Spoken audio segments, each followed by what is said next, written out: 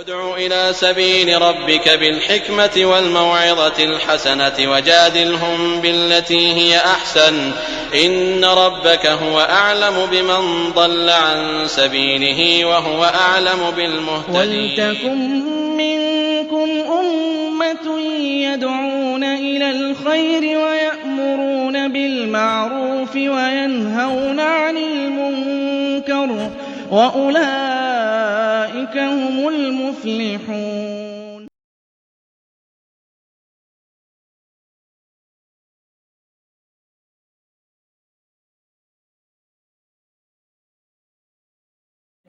السلام عليكم ورحمة الله وبركاته.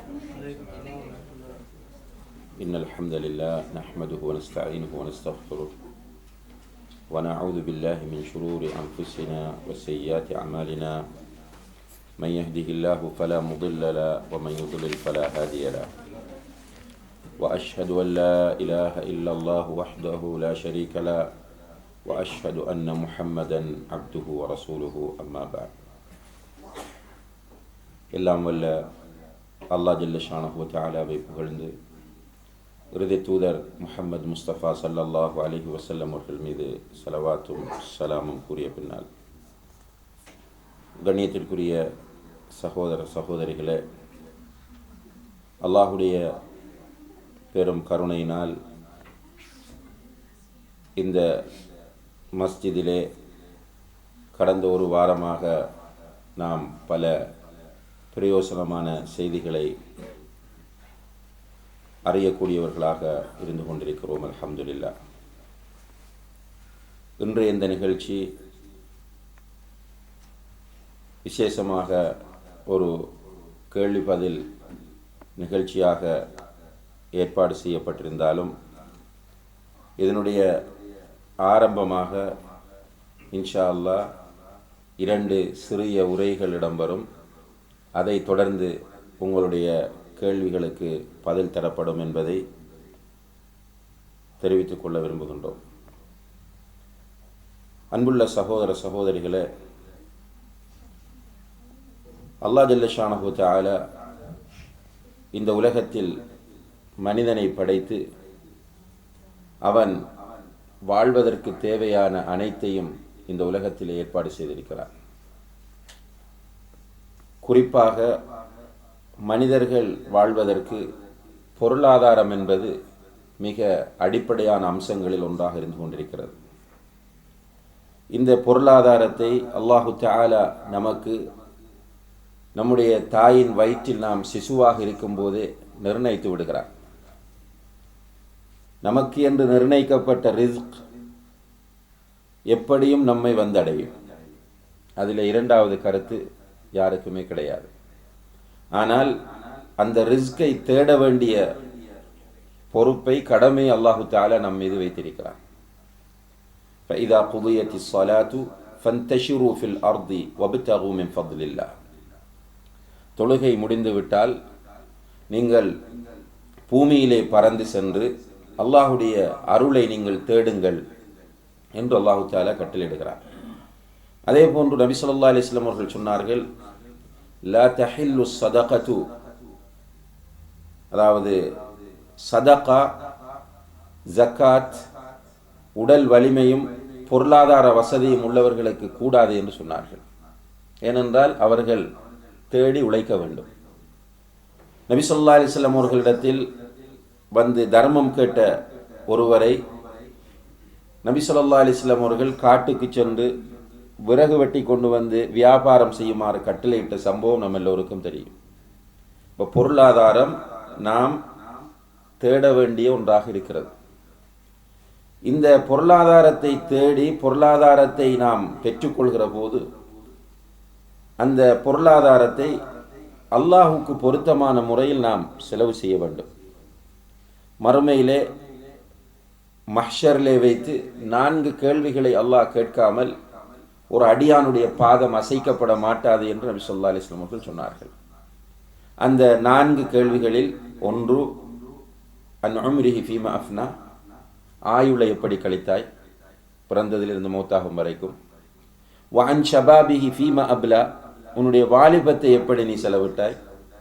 மூன்றாவதாக அன் மாலிஹி மின் ஐன இக்தஸபஹு வ ஃபீமா அன்ஃபகஹு, உன்னுடைய பொருளாதாரம் உனக்கு எப்படி வந்தது, எப்படி போனது, இந்த கேள்வியும் இருக்கிறது. நான்காவது கேள்வி வ அன் இல்மிஹி மாதா அமில பிஹி, உனக்கு கிடைத்த அறிவை கொண்டு நீ என்ன செய்தாய். இது நாம் மிக கவனமாக சிந்திக்க வேண்டிய ஒரு ஹதீஸ். பொருளாதாரம் எப்படி வந்தது என்றும் கேட்பான், எப்படி போனது என்றும் கேட்கப் போகிறான். உனக்கு கிடைத்த இல்மை கொண்டு என்ன செய்தாய் என்றும் கேட்கப் போகிறான். நமக்கு உதாரணமாக இந்த வகுப்புகளில் கிடைக்கக்கூடிய இல்ம், இதற்கு முன்னர் நடைபெற்ற வகுப்புகளிலே கிடைக்கிற இல்ம், வீடுகளிலே நாம் பார்த்து யூடியூப்களிலும் புக்குகளிலும் சிடிகளிலும் டிவிடிகளிலும் கேட்கக்கூடிய இல்ம், இந்த இல்மை கொண்டு நீ என்ன செய்தாய்? பதில் சொல்லியாக வேண்டும். பதில் சொல்லாமல் ஒரு அடியானுடைய பாதம் அசைக்கப்பட மாட்டாது என்று நபிகள் நாயகம் ஸல்லல்லாஹு அலைஹி வஸல்லம் அவர்கள் சொல்கிறார்கள். எனவே அன்புள்ள சகோதர சகோதரிகளே, அல்லாஹுடைய பெரும் கருணையினால் இந்த நாட்டிலே வந்து தொழில் செய்யக்கூடிய மக்களை பொறுத்தவரையில் அல்லாஹு தஆலா அவர்களுக்கு ரிஸ்கிலே நிறைய பரக்கத் செய்கிறான், நிறைய ரிஸ்கை அவர்களுக்கு கொடுக்கிறான். இந்த ரிஸ்கை அல்லாஹு தஆலா தரக்கூடிய இந்த பொருளாதாரத்தை ஒரு முஃமின் நடுநிலையாக கையாள வேண்டும். அல்லாஹு தஆலா சூரத்துல் ஃபுர்கானிலே சொல்லும்போது வ இபாதுர் ரஹ்மானில் லதீன யம்ஷூன அலல் அர்தி ஹௌனா, இபாதுர் ரஹ்மான்கள் எப்படி இருப்பார்கள் என்று சொல்லி கொண்டு வந்து, இபாதுர் ரஹ்மான் என்றால் ரஹ்மானுடைய உண்மையான அடியார்கள் எப்படி இருப்பார்கள் என்பதை சொல்லிக் கொண்டு வந்து அல்லாஹு தஆலா ஒரு இடத்திலே சொல்லுகிறான், வல்லதீன இதா அன்ஃபகு லம் யுஸ்ரிஃபு வலம் யக்துரு, அவர்கள் செலவு செய்தால் வீண்விரயம் செய்யவும் மாட்டார்கள், இறக்கி வைத்துக் கொள்ளவும் மாட்டார்கள். வீண்விரயம் செய்யவும் மாட்டார்கள், கஞ்சத்தனமாக இருக்கவும் மாட்டார்கள். வகான பைன தாலிக கவாமா, அவர்கள் இரண்டுக்கும் இடைப்பட்ட ஒரு நடுநிலையான போக்கை கடைபிடிப்பார்கள் என்று அல்லாஹு தஆலா சொல்கிறார். இப்போ அல்லாஹு தஆலா பொருளாதாரத்தை நமக்கு தருகிறான் என்றால், இன்றைக்கு பொதுவாக மக்கள் என்ன பார்க்குறாங்க என்றால், பொருளாதாரத்தை அல்லாஹ் தருகிறான் என்றால் அவர்களுக்கு அல்லாஹ் நிறைய கொடுக்கிறான், பொருளாதாரம் கிடைக்காதவர்களை அல்லாஹ் சோதிக்கிறான் என்று நினைக்கிறோம். பொதுவாக மக்களிடம் இருக்கக்கூடிய பார்வை இதுதான். ஒருவருக்கு நிறைய கிடைக்கிறது என்றால் அவருக்கு அல்லாஹ் அள்ளி கொடுக்கிறான், ஆனால் நமக்கு கிடைக்கவில்லை என்றால் நம்மை அல்லாஹ் சோதிக்கிறான் என்று சொல்லுகிறோம். ஆனால் உண்மை என்னவென்றால் அல்லாஹு தஆலா கொடுப்பதும் ஒரு சோதனை. அல்லாஹு தஆலா சூரத்துல் ஃபஜ்ரிலே சொல்லும்போது வ அம்மல் இன்சானு இதா மப்தலாஹு ரப்புஹு ஃபஅக்ரமஹு வ நஅமஹு ஃபயகூலு ரப்பி அக்ரமன், மனிதனை அல்லாஹ் சோதித்து அவனை கண்ணியப்படுத்தி அவனுக்கு நிறைய நிஅமத்துகளை கொடுத்தால் என்று அல்லாஹு தஆலா சொல்கிறான். அப்போ அவனுக்கு நிறைய நிஅமத்துகளை கொடுப்பது சோதனை என்று அல்லாஹு தஆலா சொல்கிறான். அன்புள்ள சகோதர சகோதரிகளே, இந்த உலகத்திலே பொருளாதாரம் அதிகமாக கொடுக்கப்பட்ட ஒருவன் காரூன் ஆவான். காரூன் என்பவன் பொருளாதாரம் அதிகமாக கொடுக்கப்பட்டவன். எந்த அளவுக்கு அதிகம் என்று சொன்னால், அவனுடைய பொருளாதாரங்களை எல்லாம் வைத்து பூட்டி வைக்கக்கூடிய அந்த திரைசேரிகள் இருக்கின்றனவே, கசானாக்கள், அவற்றின் திறப்புகளை சுமப்பதற்கென்று ஒரு தனி கூட்டத்தை அவன் வேறையாக வைத்திருந்தான். அந்த அளவுக்கு அல்லாஹ் கொடுத்தான். கொடுத்த நேரத்தில் மக்கள் அவனை பார்த்து பெருமூச்சு விட்டார்கள், மூக்கிலே விரல் வைத்தார்கள். நமக்கும் அல்லாஹு தஆலா இப்படி தந்திருக்க கூடாதா என்று ஏங்கினார்கள். இந்த பொருளாதாரம் கொடுக்கப்பட்ட இந்த மனிதனிடம் உலமாக்கள், மார்க்க அறிஞர்கள் போய் சொன்னார்கள், லா தஃப்ரஹ் இன்னல்லாஹ லா யுஹிப்புல் ஃபரிஹின், பெருமைப்படாதே நீ. பொருளாதாரத்தை அல்லாஹ் தந்திருக்கிறான் என்பதற்காக பெருமை அடிக்காது. ஏனென்றால் பெருமை அடிப்பவர்களை அல்லாஹ்வுக்கு பிடிக்காது. வப்தகி ஃபீமா ஆதாக அல்லாஹு தாரல் ஆகிரா, அல்லாஹ் உனக்கு தந்திருப்பதில் உன்னுடைய மறுமை வீட்டுக்கும் நீ தேடிக்கொள். வெறுமனே தேடி குவித்து என்னுடைய சொத்து என்னுடைய சொத்து என்று பெருமை அடித்துக் கொண்டிருக்காமல், அதில் உன்னுடைய மறுமை வீட்டுக்கு தேவை இருக்கிறது, அதற்கும் நீ தேடிக்கொள் என்று சொன்னபோது அவன் என்ன சொன்னான் என்றால், இன்னமா ஊதீதுஹு அலா இல்மின் இந்தி, இது நான் தேடியது, நான் கஷ்டப்பட்டு உழைத்தது, என்னுடைய அறிவை பயன்படுத்தி நான் எடுத்தது, நீங்கள் போய் எனக்கு புத்தி சொல்கிறீர்களா என்று வந்து ஆலோசனை சொன்னவர்களை, அறிவுரை சொன்னவர்களை அவன் ஏளனம் செய்தான். அப்போ அல்லாஹுடைய பாதையில் அல்லது மறுமைக்காக அவன் செலவு செய்வதற்கு தயாராக இருக்கவில்லை. எனவே அல்லாஹு தஆலா இந்த உலக மக்களுக்கு ஒரு படிப்பினையாக என்ன செய்தான் என்றால் ஃபஹஸஃப்னா பிஹி வபிதாரிஹில் அர்த், அவனையும் அவனுடைய வீட்டையும் அப்படியே பூமியை கொண்டு விழுங்கச் செய்தோம். அல்லாஹ் அக்பர். மக்கள் எல்லோரும் பார்த்து கொண்டிருக்கிறார்கள். அவனுடைய அரண்மனை இருக்கிற ஏரியா மாத்திரம் அப்படியே பூமிக்குள் போகிறது. அப்போதுதான் பெருமூச்சு விட்டவர்கள், ஏங்கியவர்கள் எல்லோரும் அல்லாஹ் நம்மை பாதுகாத்தான் என்று சொன்னார்கள். அப்ப பொருளாதாரத்தை வெறுமனே சேர்த்து வைத்து அதை வைத்து பெருமை அடிக்கக்கூடிய ஒரு நிலை மூமினிடம் வர மாட்டாது. ஒரு மூமினை பொறுத்தவரையில் பொருளாதாரத்திற்கு அவன் அடிமையாக மாட்டான். பொருளாதாரத்தை அவன் அவனுடைய கட்டுப்பாட்டில் வைத்திருப்பான். இன்றைக்கு நிறைய பேர் எப்படி பார்க்கிறோம் என்று கேட்டால், பொருளாதாரம் தான் அவர்களை ஆட்சி செய்கிறது. பொருளாதாரம் நிறைய கையில் வந்து விட்டால் அவர்கள் தன்னிலை மறந்து விடுகிறார்கள், ஆரம்பத்தில் இருந்த நிலையை மறந்து விடுகிறார்கள், பட்ட கஷ்டத்தை மறந்து விடுகிறார்கள், எதையுமே நினைத்து பார்ப்பது கிடையாது. ஏதோ இவர்கள் பிறக்கிற போதே கோடிக்கணக்கில் கொண்டு வந்தவர்கள் போன்ற உணர்வோடு செயற்படுவதை பார்க்கிறோம். பார்வையிலே ஒரு திமிர், ஆடையில் ஒரு ஆடம்பரம், அவர்களுடைய வாழ்க்கை முறை அல்லாஹுக்கு விருப்பமில்லாத முறை என்று அவர்களுடைய நிலைமையை நாம் பார்க்கக்கூடியதாக இருக்கிறது. உண்மையிலே அல்லாஹுவை மறந்த நிலையில் பொருளாதாரத்தை பயன்படுத்துகிறவர்கள் இருக்கிறார்களே, இவர்கள் ரொம்ப கஷ்டப்பட்டு போவார்கள். அல்லாஹு தஆலா சூரத்து நஹல் 112வது வசனத்தில் சொல்கிறான், வதரபல்லாஹு மஸலன் கர்யத்தன். அல்லாஹு தஆலா ஒரு கிராமத்தை உதாரணமாக சொல்கிறான். கானத் ஆமினா முத்மஇன்னா, அந்த கிராமம் அமைதியான பாதுகாப்பான கிராமமாக இருந்தது. யஅதீஹா ரிஸ்குஹா ரகதன் மின் குல்லி மக்கான், அந்த கிராமத்திற்கு எல்லா பக்கங்களிலிருந்தும் ரிஸ்க் வந்து கொண்டே இருந்தது. அந்த மக்களுக்கு அல்லாஹ் நிறைய கொடுக்கிறார். எல்லா பக்கத்திலையும் அவர்களுக்கு பொருளாதார வளம், எதில் போய் கை வைத்தாலும் அவர்களுக்கு பொருளாதாரம் தான். அந்த பொருளாதாரத்தோடு சேர்த்து அவர்களுக்கு அல்லாஹ் அமைதியையும் நிம்மதியையும் கொடுத்திருந்தான். அந்த மக்கள் என்ன செய்தார்கள்? அல்லாஹ் சொல்லுகிறான், ஃபகஃபரத் பிஅன்உமில்லாஹ், அல்லாஹ் அவர்களுக்கு கொடுத்த அருட்கொடைகளை அவர்கள் நிராகரித்தார்கள். அல்லாஹ் அவர்களுக்கு எல்லா பக்கத்திலும் ரிஸ்கை கொடுத்தான், அமைதியான வாழ்க்கையை கொடுத்தான். ஆனால் அவர்கள் அல்லாஹ்வை மறந்து செயற்பட்டார்கள். அல்லாஹ்வுடைய நியமத்துக்கு நன்றி செலுத்த மறந்தார்கள். ஃபஅதாகஹ அல்லாஹு லிபாஸல் ஜூஇ வல் ஹௌஃப் பிமா கானூ யஸ்னஊன், அவர்கள் அப்படி செய்ததற்காக வேண்டி அல்லாஹ் அவர்களுக்கு பசியையும் பயத்தையும் கொடுத்து சோதித்தான் அல்லது தண்டித்தான் என்று அல்லாஹு தஆலா இந்த வசனத்திலே சொல்கிறார். இப்ப யார் அல்லாஹு தஆலா தரக்கூடிய ரிஸ்கை வைத்து பெருமைப்படுகிறார்களோ, ஆணவம் கொள்கிறார்களோ, அந்த பொருளாதாரத்தை கொண்டு திமிர் பிடித்து அலைகிறார்களோ, நான் தேடியது, என்னுடைய திறமை, என்னுடைய ஆற்றல் என்று பேசிக் கொண்டிருக்கிறார்களோ, நிச்சயமாக அவர்களுடைய நிலைமை இறுதியில் ஆபத்தானதாகத்தான் அமையும். அன்புள்ள சகோதர சகோதரிகளே, நபிகள் நாயகம் ஸல்லல்லாஹு அலைஹி வஸல்லம் அவர்கள் ஒரு நாள் வீட்டை விட்டு வெளியே வருகிறார்கள். வெளியே வந்தால் அபூபக்கர், உமர் ரலியல்லாஹு அன்ஹுமா 2 பேரும் வருகிறார்கள். பகல் நேரம். ரசூலுல்லாஹி ஸல்லல்லாஹு அலைஹி வஸல்லம் அவர்கள் 2 பேரிடம் கேட்கிறார்கள், எதற்காக இந்த நேரத்தில் வீட்டை விட்டு வெளியே வந்தீர்கள்? 2 பேரும் சொன்னாங்க, யா ரசூலுல்லாஹ், பசி, வீட்டில் எதுவும் கிடையாது. ரசூலுல்லாஹி அலைஹி சொன்னாங்க, உங்கள் 2 பேரையும் வீட்டை விட்டு எது வெளியேற்றியதோ அதுதான் என்னையும் வீட்டை விட்டு வெளியேற்றியது. 3 பேரும் பசியுடன் வருகிறார்கள். ரசூலுல்லாஹி அலைஹி வஸல்லம் சொன்னா, வாங்க எங்கேயாவது போவோம். 3 பேரும் ஒரு அன்சாரி தோழருடைய வீட்டுக்கு செல்கிறார்கள். வீட்டுக்கு சென்றால் வீட்டில் அவர் இல்லை. மனைவி இவர்களை பார்த்ததும் மிக்க மகிழ்ச்சி அடைகிறார். ரசூலுல்லாஹி அலைஹி வஸல்லம் வீட்டுக்காரர் எங்கே என்று கேட்டபோது, தண்ணீர் எடுப்பதற்கு போயிருக்கிறார் என்று சொல்லிக் கொண்டிருக்கும் போது அவர் வந்து விட்டார். வந்து சலாம் சொல்லிவிட்டு அவருக்கு மிகப்பெரிய மகிழ்ச்சி, அல்லாஹ்வை புகழ்கிறார். இன்று இந்த உலகத்தில் என்னை போன்ற ஒரு அதிர்ஷ்டசாலி யாருமே இருக்க மாட்டார், என்னுடைய வீட்டுக்கு வந்திருக்கிற விருந்தாளிகள் போன்று எந்த ஒரு விருந்தாளியும் யாருக்கும் என்று கிடைக்க மாட்டார்கள் என்று சொல்லிவிட்டு இவர்களை உட்கார வைக்கிறார். ஓடி சென்று ஒரு பேரிச்சங்கொலையை அப்படியே வெட்டி கொண்டு வருகிறார். ரசூலுல்லாஹி அலைஹி வஸல்லம் அவர்களும் 2 தோழர்களும் சாப்பிடுகிறார்கள்.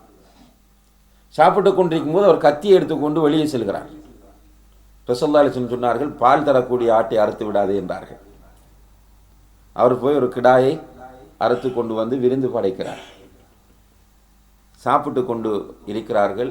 சாப்பிட்டு முடிந்ததும் அல்லாஹ்வுடைய தூதர் ஸல்லல்லாஹு அலைஹி வஸல்லம் அவர்கள் அபூபக்கர் உமர் ரலியல்லாஹு அன்ஹுமா 2 பேரையும் பார்த்து சொன்னார்கள், லதுஸ்அலுன்ன யௌமஇதின் அன் ஹாதன் நஈம், இந்த நிஅமத்தை பற்றியும் நீங்கள் மறுமையில் விசாரிக்கப்படுவீர்கள். அன்புள்ள சகோதர சகோதரிகளே, அல்லாஹு தஆலா ஒரு சந்தர்ப்பத்தை தந்து அவர்களுக்கு விருந்து கொடுக்கிறான். அந்த விருந்தை பற்றியும் விசாரணை இருக்கிறது என்று சொன்னால் நம்முடைய வாழ்க்கை முறை எப்படி இருக்க வேண்டும் என்பதை நாம் சிந்திக்க வேண்டும். உண்மையிலே இந்த உலகத்தில் பல சதித்திட்டங்கள் நடைபெறுகின்றன நமக்கு தெரியாமல். அதில் குறிப்பாக இந்த காலத்தில் இருக்கிற மிகப்பெரிய ஒரு சதித்திட்டம் தான் இந்த யூத சதித்திட்டம். ஃப்ரீ மேசன்ஸ் என்று சொல்லக்கூடிய ஒரு கூட்டம், இலுமினாட்டிகள் என்றும் அவர்களை சொல்லுவார்கள்.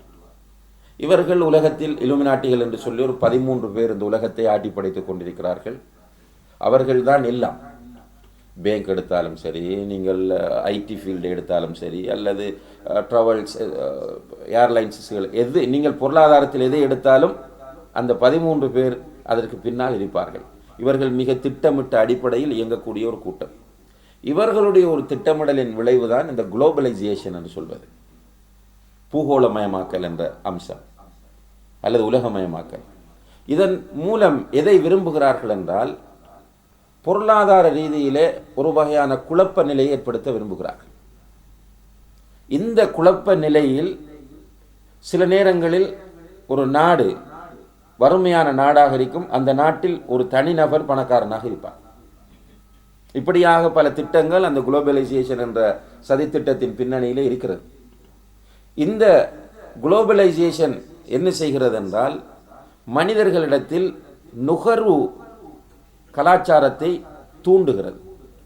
கன்சம்ஷன், அந்த எல்லாவற்றையும் வாங்க வேண்டும், அனுபவிக்க வேண்டும் என்ற உணர்வை ஏற்படுத்துகிறது. இதனால தான் நீங்கள் பார்க்கலாம், இப்போ மொபைல் வரும்போது பெரிய ஒரு செங்கல் மாதிரி வந்துச்சு. மொபைலுடைய தேவை என்ன இருந்துச்சுன்னா யாருக்காவது பேசுவது. ஒவ்வொரு கட்டமாக மாறி வந்து இன்றைக்கு மொபைல் ஃபோன்களுடைய நிலைமையை நாம் பார்க்கிறோம். ஒவ்வொரு எஸ் என்ற சீரீஸில் சாம்சங் ஒன்றை வெளியிட்டது, S5, S6, S7 என்று ஏறிக்கொண்டே செல்கிறது. இன்றைக்கு S5 ஒருவர் வாங்கியிருக்கிறார் என்றால், நாளைக்கு S6 வந்துவிட்டால் அவருடன் என்ன நினைக்கிறார் என்றால், S6க்கு நான் மாற வேண்டும். அல்லது ஆப்பிள் நிறுவனம் வந்து ஏதாவது ஒன்றை வெளியிடுகிறது என்றால் அதை நான் உடனே வாங்க வேண்டும் என்ற ஒரு நிலை வருகிறது. இப்போ இதனால் என்ன நடக்கிறது என்றால், இப்போ வருமானத்தை விட அதிகமாக செலவு. அப்போ இந்த வருமானத்தை விட அதிகமாக செலவுக்குரிய வாய்ப்புகள் ஏற்படும் போது அந்த வாய்ப்புகளையும் சந்தைகளில் இலகுபடுத்துகிறார்கள். இப்போ மொபைல் ஃபோன் வாங்குறதுக்கு ஒரு உதாரணமாக 100 பவுண்ட்ஸ் என்று சொன்னால் 100 பவுண்ட்ஸும் இப்போது இருக்கணும் என்ற அவசியம் கிடையாது. உங்களிடத்தில் டவுன் பேமெண்ட் இருந்தால் போதும், அல்லது தெரிந்த கடைக்காரராக இருந்தால் சும்மா வாங்கிட்டு வரலாம், மாதம் பே பண்ண இன்ஸ்டால்மெண்ட். இந்த கல்ச்சர் வந்த பிறகு வீடுகளை அலங்கரிக்க வேண்டும், நிறைய சொத்துக்களை சேர்க்க வேண்டும், நிறைய பொருட்களை வாங்க வேண்டும் என்ற உணர்வு வருகிறது. ஒரு வகையான கடன்காரர்களாக நாம் வாழ்ந்து கொண்டிருக்கிறோம். அந்த கடன் ஒரு பக்கம் இருக்க, கடனுக்கு இது கிடைக்கிறது என்ற அந்த உணர்வு இல்லாமல் நாம் ஒரு வகையான ஆடம்பர வாழ்க்கைக்குள் தள்ளப்படுவதை பார்க்கிறோம். உண்மையிலே அன்புள்ள சகோதர சகோதரிகளே, ஆடம்பரம் என்பதை இஸ்லாம் ஆதரிக்கவில்லை. ஆடம்பரத்தை இஸ்லாம் மிக வன்மையாக எதிர்க்கிறது. பொதுவாக ஒரு மனிதன் பொருளாதாரம் தேடலாம், பணக்காரனாக இருக்கலாம். உஸ்மான் ரலியல்லாஹு அன்ஹு அவர்களை வரலாறு சொல்லும் போது என்ன சொல்லும் என்றால், ஒரு Abu Bakr Siddique, Omar al Farooq, அது மாதிரி உஸ்மானுக்கு சொல்லும் போது உஸ்மான் அல் கனி என்று சொல்லும். உஸ்மான் அல் கனி என்றால் பணக்கார உஸ்மான் என்பது அதனுடைய அர்த்தம். நிறைய சொத்துக்கள் வைத்திருந்தார். தபூக்கில் 10,000 தங்க காசுகள் கொடுக்கிற அளவுக்கு அவரிடம் வசதி இருந்தது. பொருளாதாரம் வைத்துக் கொண்டு இருக்கக்கூடாது என்று இஸ்லாம் சொல்லவில்லை. அப்துல் ரஹ்மான் மஅஃப் ரலியல்லாஹு அன்ஹு அவர்கள் வீட்டிலே வேலைக்காரர்களை வைத்திருந்தார்கள்.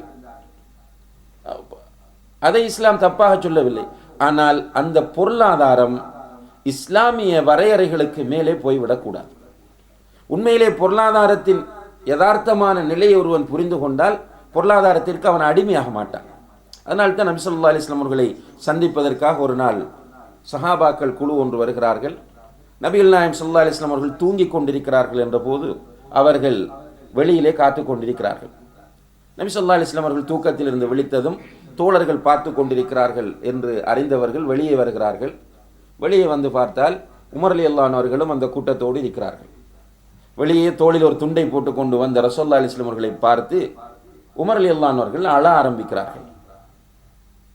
எதற்காக அழுதார்கள் என்றால், ரசூலுல்லாஹி அலைஹி வஸல்லம் அவர்களுடைய மேனியிலே பேரீச்சம் ஓலையின் அடையாளங்கள் இருக்கின்றன. அதாவது பேரீச்ச ஓலையினால சும்மா பாய் செய்வது அந்த காலத்தில் சாதாரணமான வழக்கம். அந்த பாயில் அல்லாஹ்வுடைய தூதர் ஸல்லல்லாஹு அலைஹி வஸல்லம் அவர்கள் படுத்து கொண்டு வருகிறார்கள் என்ற அடையாளத்தை பார்த்த உமர் ரலியல்லாஹு அன்ஹு அவர்கள் அழுது விட்டு சொன்னார்கள், அல்லாஹ்வுடைய தூதரே, ரோம் நாட்டு மன்னனும் பாரசீக நாட்டு மன்னனும் பஞ்சனை மெத்தைகளிலே படுத்துறங்குகிறார்கள். அந்த அளவுக்கு இல்லாவிட்டாலும் உங்களுக்கு ஒரு சாதாரண அளவில் நாங்கள் ஒரு மெத்தை செய்து தருகிறோம், அதிலே நீங்கள் படுக்க வேண்டும் என்று சொன்னபோது அல்லாஹ்வுடைய தூதர் சொன்னார்கள், மாலி வலி துன்யா, எனக்கும் இந்த உலகத்திற்கும் என்ன உறவு இருக்கிறது? இன்னமா மசலி மசலு துன்யா கமசலி ராகிபின் இஸ்தவல்ல தஹ்த ஷஜரா, எனக்கும் இந்த உலகத்திற்கும் இடையிலுள்ள உறவு என்னவென்றால், ஒரு நீண்ட பயணத்தை மேற்கொள்ளுகிற ஒரு பயணி ஒரு மர நிழலிலே ஓய்வெடுக்கிறான். இப்போ மர நிழலில் ஓய்வெடுக்கிறவன் அந்த இடத்துல வீடு கட்டி உட்கார்ந்துருவானா? அவனுடைய டயர்ட் போனவுடன் அந்த இடத்திலிருந்து போய்விடுவான். அதே போன்றுதான் நான் இந்த உலகத்தை பார்க்கிறேன் என்று சொன்னார்கள். அதனால தான் ரசூலுல்லாஹி அலைஹி வஸல்லம் அவர்களுடைய வீட்டில் அன்னை ஆயிஷா ரலியல்லாஹு அன்ஹா அவர்கள் சொல்கிறார்கள், சில நேரங்களில் 3 மாதங்களுக்கு எங்களுடைய வீட்டில் அடுப்பெரியாது. நாங்கள் பேரிச்சம்பழத்தையும் தண்ணீரையும் சாப்பிட்டு எங்களுடைய காலத்தை ஓட்டுவோம். ரசூலுல்லாஹி அலைஹி வஸல்லம் அவர்கள் வஃபாத் ஆகும்போது வீட்டில் எதையும் விட்டு செல்லவில்லை. அன்று இரவு ரசூலுல்லாஹி அலைஹி வஸல்லம் அவர்கள் மௌத்தானா என்று விளக்கேற்றுவதற்கு எண்ணெய் இல்லாமல் அன்னை ஆயிஷா ரலியல்லாஹு அன்ஹா அவர்கள் பக்கத்து வீட்டிலே எண்ணெய் வாங்கினார்கள் என்பதை பார்க்கிறோம். இது ரசூலுல்லாஹி அலைஹி வஸல்லம் அவர்களுடைய பேணுதல். இப்படித்தான் ஒரு முஸ்லிம் இருக்க வேண்டும் என்பதல்ல. இங்கே எதை பார்க்கிறோம் என்றால், பொருளாதாரம் என்றால் என்ன என்பதை சரியாக புரிந்து கொண்டால் பொருளாதாரத்தை அலட்ட வேண்டிய அவசியம் வராது. எனவே அன்புள்ள சகோதர சகோதரிகளே, பொருளாதாரம் வாழ்க்கைக்கு தேவையான ஒன்று. அந்த பொருளாதாரத்தை தேடுவதை இஸ்லாம் அனுமதித்திருக்கிறது ஹலாலான வழிகளிலே. அந்த பொருளாதாரத்திற்கு நாம் அடிமையாகுவதைத்தான் இஸ்லாம் வன்மையாக கண்டிக்கிறது. தைஸ அப்துத் தீனார், தைஸ அப்துத் திர்ஹம், தீனாருக்கு அடிமையானவன் அழிந்து விட்டான், திர்ஹத்திற்கு அடிமையானவன் அழிந்து விட்டான். தீனார் என்றால் தங்க காசு, திர்ஹம் என்றால் வெள்ளி காசு, அந்த காலத்தில் இருந்த காசு முறைகள், நாணய முறைகள். இப்போ தீனார் திர்ஹத்திற்கு அடிமைப்பட்டவன் அழிந்து விட்டான். தீனார் திர்ஹத்தை நாம் அடிமையாக வைத்திருக்க வேண்டும். நாம் நினைத்ததை அதை கொண்டு செய்ய வேண்டும். எனவே நம்மிடத்தில் அல்லாஹு தஆலா தரக்கூடிய பொருளாதாரத்தை வைத்து நான் அப்படி நான் இப்படி என்று மற்றவர்களிடத்தில் பெருமை அடிக்கிற ஒரு நிலை நமக்கு வரக்கூடாது. அல்லாஹு தஆலா தரக்கூடிய பொருளாதாரத்தை அல்லாஹுக்கு விருப்பமான வழிகளில் நாம் செலவிட வேண்டும். அந்த பொருளாதாரத்தை நல்ல முறையில் பயன்படுத்த வேண்டும். குறிப்பாக அல்லாஹுடைய தீனை இந்த பூமியிலே நிலைநாட்டுவதற்காக வேண்டி நம்முடைய பொருளாதாரம் பங்களிப்பு செய்ய வேண்டும். ஏனென்றால் அப்படி செய்யக்கூடிய அந்த பொருளாதாரம் மறுமையிலே நமக்கு சாதகமாக வரும். அந்த பொருளாதாரத்தை நாம் நல்ல வழிகளில் செலவிடக்கூடியவர்களாக இருக்க வேண்டும். வீண் விரயம் செய்வதை அல்லாஹு தஆலா விரும்பவில்லை. ஆடம்பரத்தையும் அல்லாஹு தஆலா விரும்பவில்லை. நமக்கு அல்லாஹு தஆலா தந்திருக்கிற பொருளாதாரத்தை பற்றி மறுமையிலே அல்லாஹு தஆலா நம்மிடத்திலே கேள்வி கேட்பான். எனவே அதற்கு ஏற்ற முறையில் நம்முடைய வாழ்க்கையை நாம் அமைத்துக் கொள்ள வேண்டும். எல்லாம் வல்ல அல்லாஹு தஆலா அதற்கு நம் அனைவருக்கும் தௌஃபீக் செய்வானாக. வஆகிரு தஅவானா அனில் ஹம்துலில்லாஹி ரப்பில் ஆலமீன். வஸ்ஸலாமு அலைக்கும் வரஹ்மத்துல்லாஹி வபரகாத்துஹு.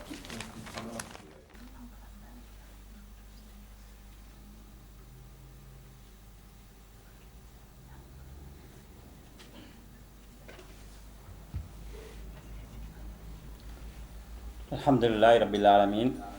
வஸ்ஸலாத்து வஸ்ஸலாமு அலா அஸ்ரஃபில் முர்சலீன் வமன் தபியஹும் பிஹ்சானின் இலா யௌமித்தீன். அம்மா பாத். எல்லாம் வல்ல அல்லாஹ் ஜல்ல ஷானஹு தஆலாவை புகழ்ந்து அவனது திருத்தூதர் ஸல்லல்லாஹு அலைஹி வஸல்லம் அவர்கள் மீது ஸலவாத்தும் ஸலாமும் கூறிய பின்னால், கண்ணியத்துக்குரிய சகோதர சகோதரிகளே, உங்கள் அனைவருக்கும் என் சலாம். அஸ்ஸலாமு அலைக்கும் வரஹ்மத்துல்லாஹி வபரகாத்துஹு. கடந்த சில நாட்களாக தொடராக இந்த மஸ்ஜிதிலே நாம் மார்க்க விளக்க செய்திகளை அறிந்து வருகிறோம். இந்த நிகழ்ச்சி தொடரின் இறுதியாக இன்றைய நிகழ்ச்சியில் தௌவா பணியில் பெண்கள் பணியாற்றுதல், சேவை செய்தல் சம்பந்தமாக சில செய்திகளை சுருக்கமாக சொல்லலாம் நினைக்கிறேன். அன்புக்குரிய சகோதர சகோதரிகளே, தௌவா என்கிற இந்த பணியை பொறுத்தளவில் ஆண்கள் மீது மட்டுமில்லாமல் பெண்களுக்கும் விதியாக்கப்பட்ட ஒரு கடமைதான். ஏனென்றால் அல்லாஹு தாலா நாம் எமது மாநாட்டில் அடிப்படையாக எடுத்து வைத்த அந்த குர்ஆன் வசனத்தில் குந்தும் ஹைர உம்மா, நீங்கள்தான் சிறந்த சமுதாயம் என்று சொன்னானே, அது இந்த உம்மத்தில் இருக்கக்கூடிய ஆண்களை மட்டும் பார்த்து சொன்ன வசனம் அல்ல. நீங்கள் நன்மையை ஏவுகிறீர்கள், தீமையை தடுக்கிறீர்கள், அல்லாஹ்வை விசுவாசம் கொண்டிருக்கிறீர்கள், அதனால் மனித சமுதாயத்துக்கு அனுப்பப்பட்ட சமுதாயங்களிலே நீங்கள் தான் சிறந்தவர்கள் என்று அல்லாஹு தாலா சொன்னது ஆண்களை மட்டும் சொல்லி சொன்ன விஷயம் கிடையாது. அது பெண்களுக்கும் சேர்த்து தான் அல்லாஹு தாலா சொல்கிறான். உலக சனத்தொகை எடுத்துக்கொண்டால் ஆண்களை விட பெண்களுடைய தொகை அதிகமானது. அப்போ பெண்கள்ங்கிறவங்க சமுதாயத்தில் ஒரு பெரும் பகுதியாக இருக்கிறார்கள். ஆண்கள் மட்டும் தௌவாவில் ஈடுபட்டு கொண்டதாக சொல்லி சொன்னால் அது அவர்களால் முழுமையாக சமுதாயத்தை கவர் பண்ண அவங்களால முடியாது. ஏன்னா சமுதாயத்தில் பெரும்பகுதி பெண்கள் தான். எனவே பெண்களுக்கும் தௌவாவில் பொறுப்புகள் இருக்கிறது, கடமைகள் இருக்கிறது. அல் குர்ஆனில் அல்லாஹு தஆலா முனாஃபிக்கான ஆண்கள் பெண்கள் பற்றி சொல்கிறான். சூரா தௌபாவிலே வல் முனாஃபிக்கூன வல் முனாஃபிகாத், முனாஃபிக்கான ஆண்களும் முனாஃபிக்கான பெண்களும் பாதுஹும் மின் பாத், ஒருவர் இன்னொருவரை சார்ந்தவர்கள்.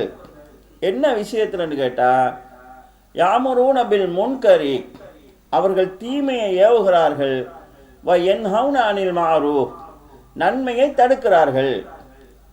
அப்போ தீமையை தூண்டுவதற்கும் நன்மையை தடுப்பதற்கும் முனாஃபிக்குகள் ஈடுபட்டு கொண்டிருக்கிறார்கள்.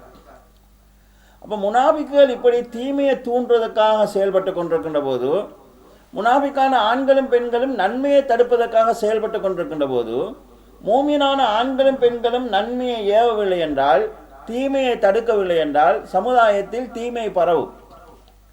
இன்றைக்கு நாங்களே ஒருவருக்கொருவர் நன்மையை ஏவுறதுக்கு பகரமாக தீமையை ஏவிக்கொண்டிருக்கிறோம்.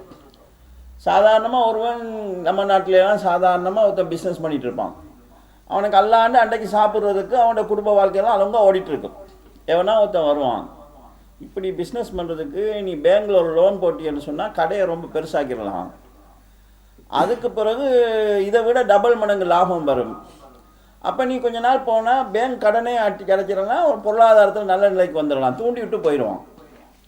சும்மா இருக்கக்கூடிய ஒருவன்ட்டு உன்னை வீட்டை அடகு வச்சு கடன் எடுத்து நீ ஒரு பெரிய கடை போட்டின்னு சொன்னால் மாதம் இவ்வளவு லாபம் கிடைக்கும், 50,000 லாபம் கிடைக்குன்னா 20,000 கட்டினா உனக்கு 30,000 மிச்சம், காலப்போக்கில் உனக்கு கடையும் ஆயிரும் வீடும் ஆயிரும்னு சொல்லுவாங்க. விளம்பரங்களும் அப்படித்தான் பண்ணுவாங்க. நீங்கள் வீடு வாங்க வேண்டுமா, வீடு கட்ட வேண்டுமா, கவலையை விடுங்கள், வங்கியில் கடன் எடுங்கன்னுவாங்க.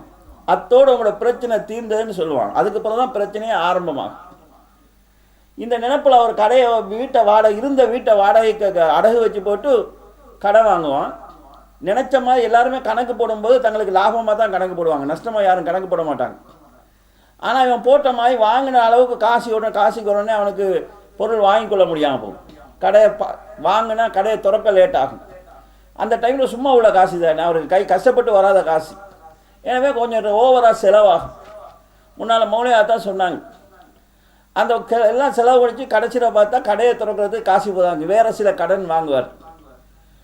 இவர் கணக்கு பண்ணியிருப்பார், மாதம் 50,000 லாபம் வரணும், அந்த லாபம் வராது, சில நாட்கள் நஷ்டத்தில் கூட போகலாம். சம்பளம் கொடுக்குறது, கடை செலவு, கரண்ட் செலவெல்லாம் பார்த்தா நஷ்டத்தில் கூட போகலாம். காலப்போக்கில் என்ன ஆகுதுன்னு சொன்னால் கடனை இந்த வட்டியை கட்டிக்கொள்ள முடியாமல் சில நேரம் அதுக்கு நஷ்டமாகி இருந்த வீடும் இல்லாமல் நடு ரோட்டுக்கு வருவாங்க. அப்போ தீமையை ஏவுறதுக்குன்னு கொஞ்சம் பேர் நமக்குள்ளே இருப்பாங்க. ஒருவன் யாராவது ஒருவரோட சண்டை பிடிச்சிருப்பான், அவன்கிட்ட பணிஞ்சு போய் மன்னிப்பு கேட்கலான்னு போனால் அடுத்தவன் சொல்லுவான், உனக்கு என்ன சொன்ன இல்லையா, சூடு சொன்ன இல்லையா, நீ என்னதுக்கு பணிஞ்சு போகணும், உனக்கு என்ன குறைச்சலுக்கு சொல்லி அவனை வழி நேர்த்திட்டு போயிடுவான் அவன். அப்போ இந்த மாதிரி சூழ்நிலை நமக்குள்ளேயே ஆண்களுக்கு மத்தியிலும் இருக்கும், பெண்களுக்கு மத்தியிலும் இருக்கும். இது முனாஃபிக்களுடைய பண்பு என்று அல்லாஹு தாலா சொல்கிறான். சொல்லிவிட்டு அதே சூராவில் ஓரிரு வசனங்கள் தாண்டி அல்லாஹு தாலா சொல்கிறான், வல் முஃமினூன வல் முஃமினாத், மூமினான ஆண்களும் மூமினான பெண்களும் பாதுகும் அவுதியாவு பாத், ஒருவர் மற்றவருக்கு துணையாக இருப்பார்கள். எதில் துணையாக இருப்பார்கள் சொன்னால், யாமரூன பில் மஅரூஃபி வ யன்ஹவுன அனில் முன்கர், நன்மையை ஏவுவதிலும் தீமையை தடுப்பதிலும் மூமினான ஆண்களும் மூமினான பெண்களும் ஒருவர் மற்றவருக்கு துணையாக இருப்பார்கள். அப்போ தௌவாவுடைய பணியில் ஆண்களும் ஈடுபட வேண்டும், பெண்களும் ஈடுபட வேண்டும் என்று அல்லாஹு தஆலா தெளிவாக சொல்கிறான். முனாஃபிக்குகளை சொல்லுகிற போது அல்லாஹ் பாவித்த வார்த்தை வேது, பாதுகும் மின்பால். முனாஃபிக்கான ஆண்களும் பெண்களும் ஒருவர் மற்றவரோட சேர்ந்தவங்கன்னு அல்லாஹ் சொல்கிறான். அவங்க தீமையை ஏவுறதுக்கும் நன்மையை தடுக்கிறதுக்கும் ஒருத்தர் கலந்து வேலை செய்வாங்க. ஆனால் மூமினான ஆண்களும் மூமினான பெண்களும் தௌவா செய்கிற போது ஒருத்தர் கலந்து இருக்க மாட்டாங்க. பாதுகும் அவுதியா பால், ஒருவர் மற்றவருக்கு துணையாக இருப்பாங்க, ஹெல்ப்பாக இருப்பாங்க என்று அல்லாஹு தஆலா சொல்கிறார். இந்த அடிப்படை கண்ணியத்துக்குரிய சகோதர சகோதரர்களே, தாவா பணிங்கிறது பெண்களுக்கும் இருக்குது. இஸ்லாமிய வரலாற்றை எடுத்தால் மிகப்பெரிய இமாம்களை உருவாக்கி தௌவா செய்திருக்கிறார்கள் பெண்கள். நாங்கள் இமாம் இப்னு தைமியா என்று சொல்கிறோம். இந்த இமாம் இப்னு தைமியா ரஹ்மத்துல்லாஹுடைய சொந்த பேர் அது அல்ல, அவரோட பேர் அஹ்மதுங்கிறது. ஆனால் அவர் இப்னு தைமியான்னு அறியப்படுகிறார். இப்னு தைமியானா தைமியாவின் மகன் என்பது அர்த்தம்.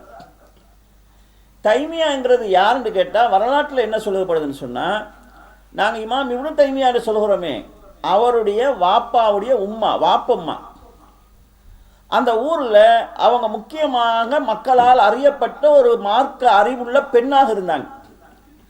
அதனால் அவருடைய மகன் ஹலீமுடைய மகன் அந்த அஹ்மத், இவரும் மார்க்கத்தில் ஈடுபாடாக மக்களுக்கு தௌவா செய்கிற போது இவர் யாரோட புள்ளன்னு கேட்டால் அவரோட வாப்பாட பேரை சொல்லாமல் வாப்பம்மாட பேரை தான் சொன்னாங்க. இப்படி தைமியாங்கிற அவங்களோட புள்ள இவ. அப்போ அந்த தைமியாங்கிற ஒரு பெண் அன்றைய காலத்தில் பிரபலமான ஒரு மார்க்க அறிஞராக இருந்து தௌவா செஞ்சுருக்கிறாங்க. இஸ்லாமிய வரலாற்றை நம்ம பார்த்தோம்னு சொல்லி சொன்னால், ஷாஃபி இமாம் அவங்க முக்கியமான ஒரு அறிஞர். அவரை உருவாக்கியது அவங்களுடைய தாய் தான்ங்கிறது அவங்களுடைய வரலாற்றை படிக்கின்ற போது புரிகிறது.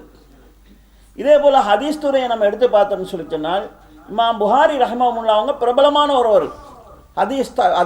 ஹதீஸ் துறையினுடைய ஜபலாக மலையாக பார்க்கப்படக்கூடிய அறிஞர். அவங்கள உருவாக்கியது யாருன்னு கேட்டால் அவங்க தாய் தான்.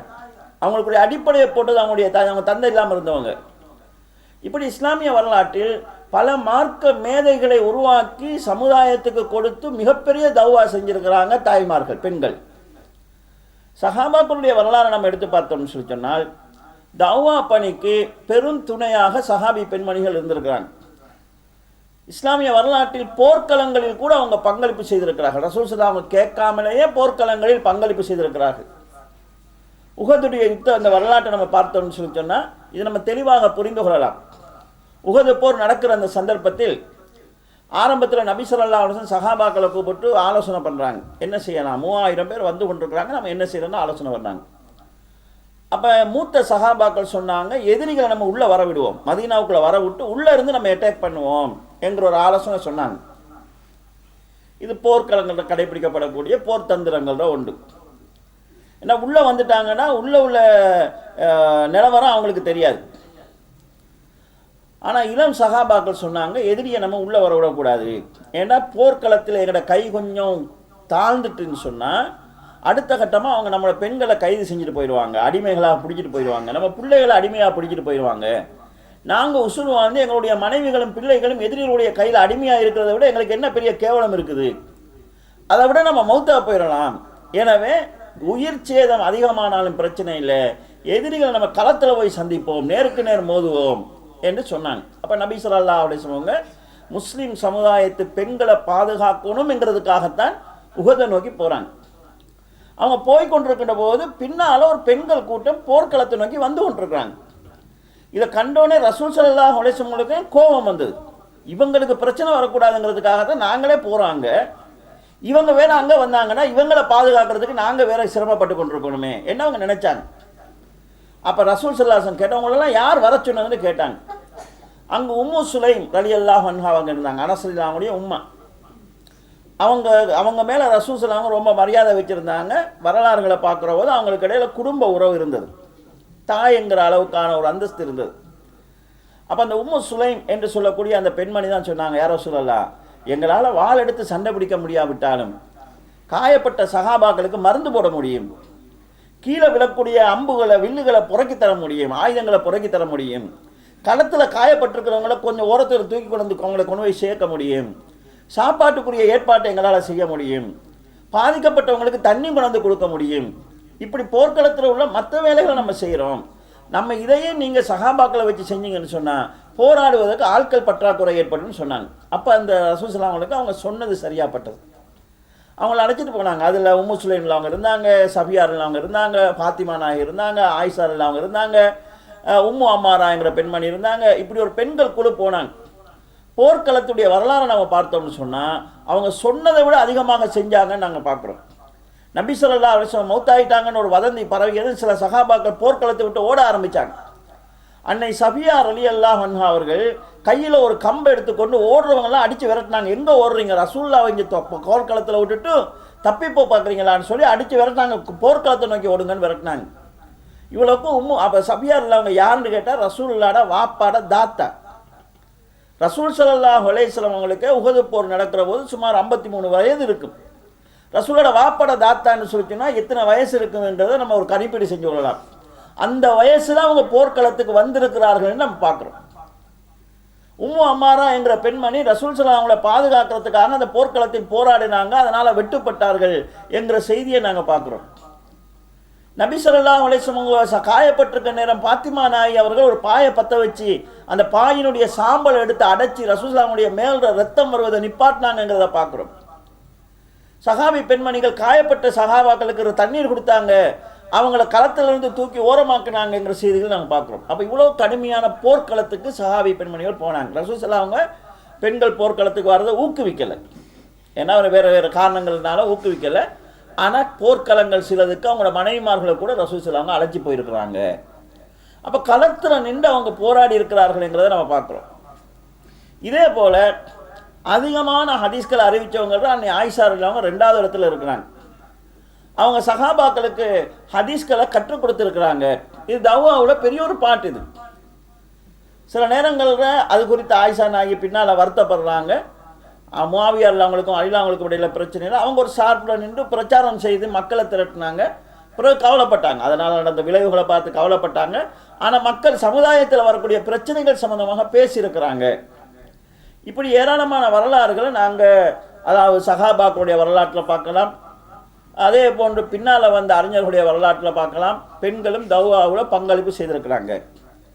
இப்போ தவ்வா என்று சொல்கிற போது இப்படி மேடையிலிருந்து பேசணும் என்கிறது மட்டும் தவ்வா கிடையாது. இதை நம்ம ஒரு அடிப்படையாக புரிந்து கொள்ள வேண்டும். யாருக்காவது அந்த திறமை இருக்குதான்னா பெண்கள் மத்தியில் அவங்க அதை செய்யலாம்.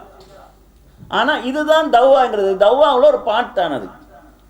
நீங்கள் மார்க்க நிகழ்ச்சிகள் நடக்குது, அதுக்கு 4 பேரை நீங்கள் அழைச்சி வாரீங்கன்னு சொன்னால் அது நீங்கள் செய்கிற தவ்வா தான். ரசூல் ஸல்லல்லாஹு அலைஹி வஸல்லம் அல்குர்ஆன் அல்லாஹ் தஆலா ஒரு உதாரணம் சொல்கிறான். நபி அவங்களுக்கு அதை சொல்லுமாறு சொல்கிறான். வதுலிப் லஹும் அஸ்ஹாபல் கரியா, யார் அல்லாஹ்வுடைய தூதரே இவங்களுக்கு ஒரு ஊர்வாசிகளை நீங்கள் உதாரணமாக சொல்லுங்கள். அவங்களுக்கு நம்ம 2 ரசூல்மார்களை அனுப்பினோம். அந்த 2 ரசூல்மார்களையும் அவங்க பொய்ப்பித்தாங்க. 3வது ஒரு ரசூலை அந்த 2 பேருக்கும் சப்போர்ட்டாக நம்ம அனுப்பினோம். அந்த 3 பேரையும் அந்த ஊர் மக்கள் அடித்து கொலை செய்கிறதுக்காக முயற்சி பண்ணுறாங்க. அப்போ ஒரு ஆள் வாரார். வஜா அமின் நக்சல் மதீனத்தி ரஜுனு யஸா கால யா கௌமி இத்தபியுல் முர்சலூன். அப்போ அந்த ஊரின் எல்லையிலிருந்து ஒருவர் வருகிறார். அவர் அந்த மக்களை பார்த்து சொல்கிறார், மக்களே இந்த ரசூல்மார்கள் சொல்கிறத கேளுங்க, அவங்க சொல்கிறதுக்கு உங்கள்கிட்ட காசு கேட்கல என்று சொன்னோன்னே அந்த மக்கள் கேட்குறாங்க, நீ அவங்க சொல்கிறத நம்பிட்டியான்னு. அப்போ தான் இவர் சொல்கிறாரு, என்னை படைத்த ரஹ்மானு நம்பாமல் இருக்கு, எனக்கு என்ன கேடு பிடிச்சிருச்சு, அவனை நான் மறுத்துட்டா நாளை மறுமையில் அவன் தண்டிச்சா என்னை யார் பாதுகாக்கிறதுன்னு கேட்குறாரு. அந்த ஊர் மக்கள் என்ன செய்கிறாங்கன்னா அவர் அடித்து கொண்டுடுறாங்க. இந்த ரசூல்மார்களை அடிக்க போனது வரைக்கும் தான் அல்லாஹ் சொல்கிறான். பிறகு ரசூல்மாருக்கு என்ன நடந்துச்சுன்னு அல்லாஹ் சொல்லலை. இந்த மனிதர் சொன்னாரே, இந்த நபிமார்கள் சொல்கிறத கேளுங்கன்னு சொன்னாரே, அவரை பற்றி தான் தொடர்ந்து அல்லாஹ் தஆலா சொல்கிறான். மௌத்தாகுன உடனே அவருக்கு சொல்லப்படுகிறது வக்கீல துஹுலில் ஜன்னா, சொர்க்கத்தில் நுழைந்து விடு என்று அவருக்கு சொல்லப்பட்டுச்சு. அப்போ நபிமார்கள் சொல்வதை கேளுங்கன்னு சொல்லி அதனால் ஏற்பட்ட பிரச்சனையை தாங்கி கொண்டதுனால அவருக்கு சொர்க்கம் கிடைக்குது. ஷஹீதுகளுக்கு இருக்கக்கூடிய விசேஷத்தன்மை என்னென்னு சொன்னால் அவங்களுக்கு பர்சவுடைய வாழ்க்கை கிடையாது, நேராக சொர்க்கத்துக்கு போயிடுவாங்க. ஆனால் இந்த மனித ரூபத்தில் அல்ல, பச்சை நிற பறவைகளுடைய கூட்டில் அவங்க உயிர்கள் போடப்பட்டு அவங்க சொர்க்கத்தில் இருப்பாங்க என்று நபி ஸல்லல்லாஹு சொல்கிறாங்க. அப்போ அந்த பாக்கியத்தை அவர் எப்படி கிடைக்கிறாருண்டா, அவர் வந்து பயான் பண்ணல, இவங்க பயான் பண்ணுறதை நீங்கள் கேளுங்க, அவங்க சொல்கிற நல்லா தானே சொல்கிறாங்கன்னு சொன்னாங்க. அவங்க அடித்து கொண்டாங்க, அல்லாஹ் தாலா அல்லாஹ்வுக்காக அதை பொறுத்து கொண்டார் அவர். ஆனால் சொர்க்கத்துக்கு போங்கன்னு அல்லாஹ் சொன்னதுக்கு பிறகு கூட அவர் என்ன நினைக்கிறான்டா, யாலைத்த கௌமி யாலமூன், என்னை என் ரப்பு சங்கைப்படுத்தி விட்டான், எனக்கு சொர்க்கத்தை தந்தான் என்பதை என் சமுதாயம் அறிய வேண்டுமே. அப்படி அறிஞ்சாங்கன்னா நான் சொன்னது உண்மைதான் விளங்கி அவங்களும் இஸ்லாத்துக்கு வருவாங்களேன்னு சொர்க்கத்தில் இருந்து கூட அவர் நினைக்கிறார். தௌவா செய்யறனுடைய நோக்கம் மக்கள் திருந்தணுங்கிறதா தான் இருக்கணும். நம்ம தௌவா செய்கிற போது நல்லா இவங்களை பழி வாங்கணும், வெளுத்து வாங்கணும், இந்த மாதிரி சிந்தனை நம்ம அதை தௌவா செய்யக்கூடாது. ஆனால் அல்லாஹ் தாலா இவங்க செஞ்ச இந்த அநியாயத்துக்கு பகரமாக ஒரு இடி முழக்கத்தின் மூலமாக அந்த ஊரை அழித்தான் என்று சூரா யாசினில் சொல்கிறாங்க.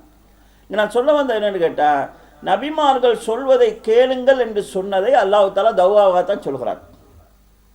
அப்போ நீங்கள் அதாவது நீ பயான் நிகழ்ச்சி ஒரு நடக்குது, ஒரு நல்ல செய்தி நடக்குதுன்னு சொல்லி சொன்னால் உங்களோட தொடர்பான 4 பேரை நீங்கள் அழைச்சிட்டு வாரீங்கன்னு சொன்னால் அது நீங்கள் செய்கிற தௌவா தான். தௌவாவுக்காக தௌவா நிகழ்ச்சிகளுக்காக உங்களால் என்ன உதவி செய்ய முடியுமோ அதை செய்கிறது நீங்கள் செய்யக்கூடிய தௌவா தான். மூசா அலைஹிஸ்ஸலாம் அவர்களை ஃபிரௌன் கொலை செய்ய முடிவு செய்கிறான். அப்போ அந்த சமுதாயத்தில் ஃபிரௌனுடைய குடும்பத்தில் ஒரு ஆள் இருந்தார், மூமினான ஒருவர். எக்துமு ஈமானஹு, அவர் தான் மூமின் என்கிறத காட்டிக்கொள்ளாமல் மறைச்சி கொண்டு ஃபிரௌனுடைய சபையில் இருந்தார். இப்போ ஃபிரௌன் மூசா அலைஹிஸ்ஸலாத்தை கொலை செய்ய பார்க்கலாம்.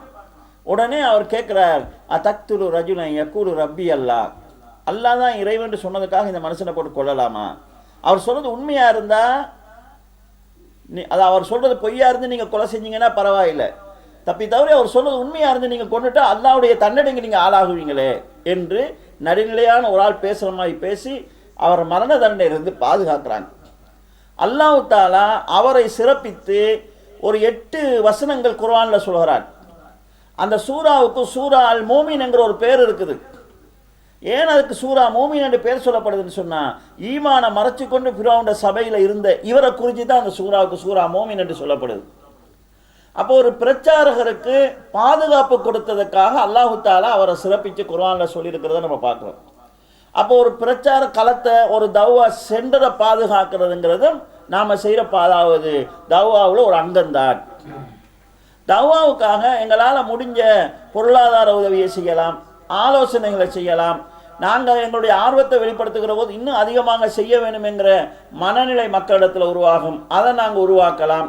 இதே போல் அதாவது இந்த நிகழ்ச்சிகளோட தொடர்பில்லாத வேணிய பெண்கள் அழைச்சி வரதுக்கு நம்ம முயற்சி செய்யலாம். ஏன்னா பெண்கள் மூலமாகத்தான் அதாவது ஒரு குடும்பத்தில் உண்மையான நல்ல சூழ்நிலையை உருவாக்குறதுக்கான வாய்ப்பு இருக்கிறது. அதை நம்ம செய்யலாம். நம்ம தனிப்பட்ட முறையில் ஒருவர் பேசி கொண்டிருக்கின்ற போது நிறைய சிலர் தவறான கருத்துக்களை சொல்லுவாங்க. அப்போ பேச்சோடு பேச்சாக இது நீங்கள் சொல்கிறது தவறான கருத்து என்கிறத நம்ம சொல்லலாம். தௌவான்னு சொன்னால் பயம் பண்ணுறது மட்டும் இல்லை, நம்ம அன்றாடம் உரையாடி கொண்டிருக்கின்ற போது 4 விஷயத்தை பேசுறதுக்கு அதுவும் தௌவா உள்ளது தான். சூரா யூசுஃபில் அல்லாஹ் தாலா ஒரு சம்பவம் சொல்கிறான். யூசுப் அலைஹிஸ்ஸலாம் சிறையில் இருக்கிறாங்க. 2 பேர் வந்து அவங்க கண்ட கனவை பற்றி அதை சொல்லி ஒரு விளக்கம் கேட்குறாங்க. அப்போ யூசுப் அலைஹிஸ்ஸலாம் கனவுக்கு விளக்கம் சொல்கிறதுக்கு முன்னால் என்ன சொல்கிறாங்கன்னு கேட்டால், அர்பாபு முத்தஃபர்ரிகூன ஹைருன் அமில்லாஹில் வாஹிதில் கஹார், இந்த மக்கள் பல தெய்வங்களை வழிபடுறாங்களே இது நல்லதா அல்லது எல்லா சக்தி மிக்க ஒரே ஒரு இறைவனுங்கிற கொள்கை சிறந்ததா? அவங்க வந்து கனவுக்கு விளக்கம் கேட்குறாங்க. அவங்கள்ட்ட இவங்க கேள்வி கேட்குறாங்க. கேள்வி கேட்டுட்டு அவங்களுக்கு விளக்கம் சொல்ல அவங்க விடலை. இவங்களே சொல்கிறாங்க, நான் தான் இந்த மக்கள் வழிபடக்கூடிய சிலைகளை எல்லாம் விட்டுட்டேன், எல்லா இப்ராஹிம் இஸ்ஹாக் அலைஹிஸ்ஸலாம் அவங்களுடைய இறைவனாகிய அல்லாஹ் ஒருவன் மட்டும் தான் நான் நம்பி இருக்கிறேன் என்று ஏக இறை கொள்கையை பற்றி சொல்லிட்டு கனவுக்கு விளக்கம் சொல்கிறாங்க. அப்போ பேசிக்கொண்டிருக்கக்கூடிய அந்த சந்தர்ப்பத்தை தௌவாவுக்கு பயன்படுத்துகிறாங்க.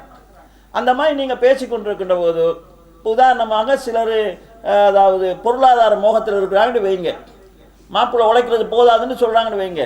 அந்த நேரத்தில் நீங்கள் அவங்கள பேசும்போது நம்ம அப்படியெல்லாம் சிந்திக்கக்கூடாது, காசி மட்டும் வாழ்க்கை இல்லை, நம்ம இருக்கிறத கொண்டு திருப்தி அடைய பழகணும், இப்படி ஒரு 4 வார்த்தையை நீங்கள் சொல்கிறீங்கன்னு சொன்னால் அதுவும் தௌவா தான்.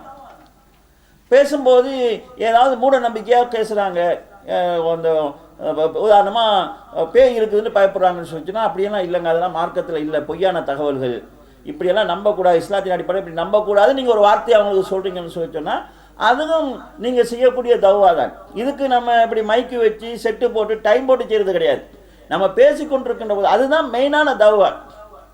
ஏன்னா அது தேவையான நேரத்துக்கு இப்போ நம்ம ஒரு பயம் பண்ணுறோம், இந்த பயம் உங்களுக்கு தேவையா இல்லையான்னு நமக்கு தெரியாது. பேசி கொண்டிருக்கின்ற போது அவருக்குள்ள ஒரு பிரச்சனை இருக்குதுன்னு சொல்லி சொன்னால் அந்த பிரச்சனையை ஒட்டி நாங்கள் அவருக்கு 4 விஷயம் சொல்லுவது அந்த தௌவா. நான் அதன் அடிப்படையில் ரசூலுல்லாஹி அவங்கள்ட்ட பார்த்தீங்கன்னு சொன்னால் சில நேரங்களில் சொல்லுவாங்க, அமல்களில் சிறந்தது உரிய நேரத்தில் தொழுவதுன்னு சொல்லுவாங்க. யார்கிட்ட சொல்லியிருப்பாங்கன்னு கேட்டால் தொழுகையில் கொஞ்சம் வீக்குன்னு காண்றவங்கள்ட்ட சொல்லியிருப்பாங்க. சிலர் பெற்றோர் விஷயத்தில் குறவுறாங்கன்னு சொல்லி சொன்னால் பெற்றோருக்கு பணிவிடை செய்கிறத முக்கியப்படுத்தி சொல்லியிருப்பாங்க. சிலர்கிட்ட பொய் சொல்லக்கூடாதுன்னு சொல்லியிருந்தாங்கன்னா அவர்கிட்ட இந்த வீக்னஸ் இருக்குன்னு பார்த்து அதை சொல்லியிருப்பாங்க. அப்போ சந்தர்ப்ப சூழலை பார்த்து ரபி அவங்க சொன்னது தான் பல ஹதீஸ்கள். எனவே பெண்களை பொறுத்தளவு அவங்களோட சூழல் இருக்கிறவங்க இந்த மாதிரி தவறுகள் விடுகின்ற போது அதை சொல்லலாம். சில நேரங்களில் ஆண்கள் பெண்கள் செய்கிற பொதுவான விஷயங்களுக்கு தடையை அமைஞ்சிடுறாங்க. அதில் ஆண்கள் விழிப்பாக இருக்கணும். அல் குர்ஆன் அல்லாஹ் என்ன சொல்கிறான், தாவனு அலல் பிர்ரி வத் தக்வா, நன்மையான விஷயங்களுக்கும் தக்வாவுடைய விஷயத்துக்கும் ஒருவர் மற்றவருக்கு உதவியாக இருங்க. மனைவி ஒரு நல்ல விஷயத்தில் பொது வேலையில் ஈடுபடுறான்னு சொன்னால் கணவன் அதுக்கு ஹெல்ப்பாக இருக்கும். கணவன் ஈடுபடுறான்னு சொல்லி சொன்னால் மனைவி அதுக்கு ஹெல்ப்பாக இருக்கணும். ஆனால் பெண்களுக்கு ஒரு அடிப்படையான பொறுப்பு இருக்குது. வீட்டு கடமைங்கிறது அவங்களோட மெயினான கடமை. அதுக்கு பங்கம் ஏற்படுத்திடக்கூடாது, அதில் பெரிய இடைவெளியை உண்டாக்கிடக்கூடாதுங்கிறதுல அவங்க கவனமாக இருக்கணும். ஆண்கள் என்ன செய்யணும்னு சொன்னால், இந்த மாதிரி திறமை உள்ள ஆர்வமுள்ள மனைவி நமக்கு இருக்கிறாங்கன்னு சொன்னால் அவங்கள இந்த திறமைக்காக ஆர்வத்துக்காக நாங்கள் அவங்களுக்கு ஹெல்ப்பாக இருக்கணும். உதாரணமாக ஆண்களுக்குன்னு சில கடமைகள் இருக்குது. நாங்கள் இப்படி ஊரை விட்டு வந்து தௌவாவில் ஈடுபடுறோம்னு சொல்லி சொன்னால் எங்களுக்குரிய சில கடமைகளையும் சேர்த்து எங்களுடைய மனைவிமார்கள் சுமக்கிறதுனால தான் அதை எங்களால் செய்ய முடியுது. நீங்கள் வீட்டுக்கு வாங்குற சாமான்லாம் நீங்கள் தான் வாங்கி தரணும், அப்படி இல்லைன்னு சொல்லி சொன்னால் நமக்கு இந்த பயணத்துக்கெல்லாம் சம்மதிக்க முடியாது. பிள்ளைகளுக்கு நோய் வந்தால் நான் மறந்துருக்க போக மாட்டேன், நீங்கள் தான் வந்து ஏதாவது பார்த்துக்கணும். இந்த மாதிரி அவங்க ஆண்கள் சில வேலையெல்லாம் நீங்கள் தான் செய்யணும். ரப்பாக இருந்தாங்கன்னா நமக்கு வெளியே போக முடியாது. அப்போ குடும்பத்தில் ஒருவர் ஒரு பொதுவான நல்ல பணியை செய்கிறாருன்னு சொல்லிச்சுன்னா அதில் இன்னொருவருக்கு சப்போர்ட் பண்ணுறதுங்கிறது அது உங்களுக்கு அந்த நன்மையில் உங்களுக்கும் பங்கு கிடைக்குது. எனவே பெண்கள் நல்ல பணிகள் இப்படி பங்களிப்பு செய்கிறாங்கன்னு சொல்லிச்சுன்னா அதுக்கு நீங்கள் சப்போர்ட் பண்ணலாம். ஆனால் மற்ற சமுதாய கலாச்சாரங்களில் ஒன்று இருக்குது. அவங்க சோசியல் வேக்குன்னு சொல்லிட்டு இறங்கிடுவாங்க. வீட்டில் பிள்ளையும் பார்க்க மாட்டாங்க, புருஷனையும் பார்க்க மாட்டாங்க, வீட்டு கடமைகளை மறந்து வெளிக்கடமையில் இருக்கிறாங்கன்னு சொல்லிச்சுன்னா அதை இஸ்லாம் அனுமதிக்காது. ஏன்னா பெண்ணுடைய வீடுங்கிறது பெண்ணுடைய பொறுப்புன்னு நபி தான் சொல்கிறாங்க. அந்த பொறுப்பு பற்றி நீங்கள் மாலை மறுமையில் விசாரிக்கப்படுவீர்கள் என்று நபி ஸல்லல்லாஹு அலைஹி வஸல்லம் சொல்லியிருக்கிறார்கள். எனவே வீட்டு கடமைகளுக்கு பெரிய பாதிப்பு ஏற்படாத அடிப்படையில் இந்த எங்களுடைய தௌவாவுடைய சேவைகளையும் பணிகளையும் நம்ம அமைச்சுக்கொள்ளணும். சில நேரங்களில் கூட திறமை உள்ள சில பெண்கள் இருந்து அவங்க கூடுதல் ஆர்வம் காட்டுறாங்கன்னு சொல்லி சொன்னால் அந்த மாதிரி கண்களை மனைவியாக பெற்றிருக்கக்கூடியவங்க இது அல்லாஹ் அந்த அருள்ங்கிற அடிப்படையில் அவங்களுக்கு நீங்கள் கூடுதல் ஹெல்ப்பாக இருங்க. சில அவங்களுடைய வீட்டு சில பொறுப்புகளை உங்களால் சுமக்க முடிஞ்சால் சுமந்து அவங்கள இந்த பணியில் ஈடுபடுத்துங்க. அது அந்த அவங்க செய்யக்கூடிய தௌவாவில் நீங்களும் நன்மையை பெற்றுக்கொள்வதற்கான வழியாக இருக்குது. எனவே கண்ணியத்துக்குரிய சகோதர சகோதரிகளே, தௌவா என்கிறது எங்களுடைய அடிப்படையான கடமை. எங்களுடைய சக்திக்கு ஏற்ப திறமைக்கு ஏற்ப அல்லாஹ் தஆலா எங்களுக்கு தந்திருக்கக்கூடிய அருள்களுக்கு ஏற்ப அதில் நம்ம பங்களிப்பு செய்யணும். அப்படி நாங்கள் பங்களிப்பு செய்கிறவங்க யார் செய்கிறாங்களோ அவங்களுக்கு சப்போர்ட் பண்ணுறது, அவங்களுக்கு ஹெல்ப்பாக இருக்கிறது தௌவாவில் ஒரு பெரிய ஒரு பாட்டுங்கிறத நம்ம புரிந்து கொண்டு செயல்படுவோம். எல்லாம் வல்ல அல்லாஹ் ஜல்ல ஷானஹு தஆலா இந்த அடிப்படையில் செயல்படுவதற்கு எனக்கும் உங்களுக்கும் தௌஃபீக் செய்வானாக. வாஹிரு தௌவானா அல்ஹம்துலில்லாஹி ரப்பில் ஆலமீன். வஸ்ஸலாமு அலைக்கும் வரஹ்மத்துல்லாஹி வபரகாத்துஹு.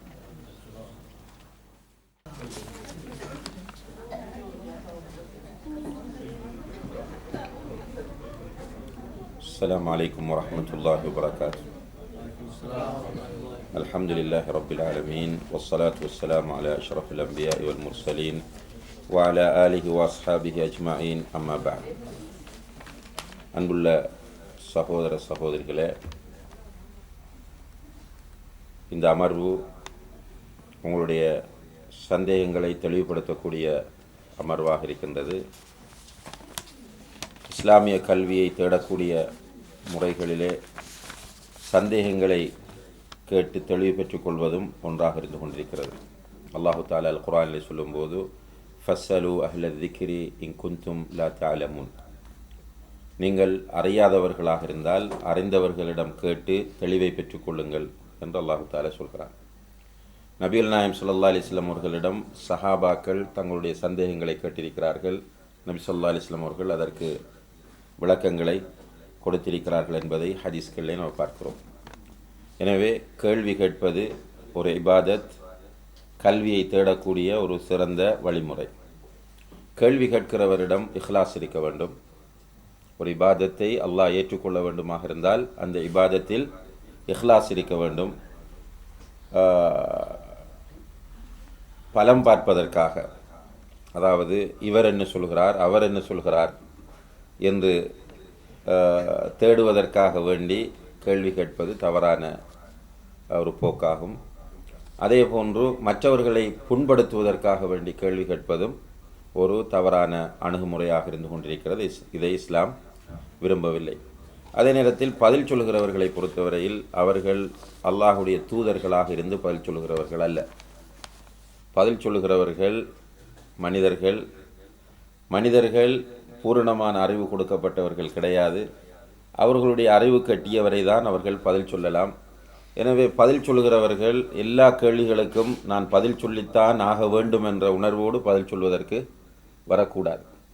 தெரிந்ததற்கு பதில் சொல்ல வேண்டும், தெரியாததற்கு தெரியாது என்று சொல்ல வேண்டும். என்றால் இன்றைய காலத்தில் பதில் சொல்லுகிறவர்களுக்கு அப்படி ஒரு அட்டிடியூட் உருவாக்கப்பட்டிருக்கிறது.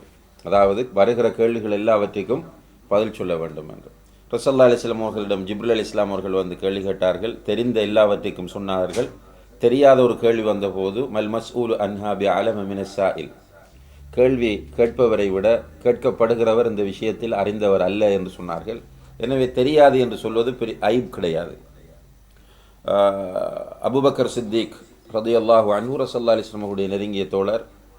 அவர்கள் ஹலீஃபாவாக இருக்கும்போது ஒரு மூதாட்டி வந்து தன்னுடைய பேரன் மரணித்து விட்டான், அவனுடைய சொத்திலிருந்து எனக்கு என்ன பங்கு கிடைக்கும் என்று கேட்டபோது அவர்களுக்கு தெளிவாக தெரிந்தது குர்ஆன்.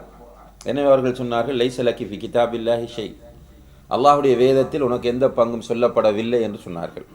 சொல்லிவிட்டு சொன்னார்கள் வலா அஅலமு லக்கி மினஸ் சுன்னா, சுன்னாவிலிருந்து உனக்கு என்ன பங்கு இருக்கிறது என்பது எனக்கு தெரியாது என்றார்கள். இப்போ தெரியாது என்று சொல்வதற்கு அவர்கள் வெட்கப்படவில்லை. இமாம் மாலிக் ரஹ்மத்துல்லாஹ் இந்த 4 இமாம்களில் 2ஆம் அவர், மதீனாவில் இருந்தவர், இமாமு தாருல் ஹிஜ்ரா என்ற சிறப்பை பெற்றவர், முவத்தா என்ற ஹதீஸ் கிரந்தத்தை இந்த உலகத்திற்கு வழங்கிய மாமேதை. இந்த இமாம் மாலிக் அவர்களிடம் கேள்வி கேட்பதற்காக வேண்டி ஈராக்கில் இருந்து மதீனாவுக்கு சில இளைஞர்கள் வருகிறார்கள். வந்து இமாமை அடையாளம் கண்டு அவர்களிடம் உட்கார்ந்து எங்களிடம் சில கேள்விகள் இருக்கின்றன, அந்த கேள்விகளுக்கு பதில் சொல்லுங்கள் என்று சொன்னபோது இமாம் மாலிக் ரஹ்மத்துல்லாஹி அவர்கள் கேளுங்கள் என்றார்கள். அவர்கள் கேள்விகளை அடுக்கடுக்காக கேட்கிறார்கள். கேட்ட கேள்விகளில் 3/2 பகுதிக்கு இமாம் மாலிக் எனக்கு இதற்கு பதில் தெரியாது என்று சொன்னார். 3/2 பகுதிக்கு எனக்கு பதில் தெரியாது என்று சொன்னார்கள்.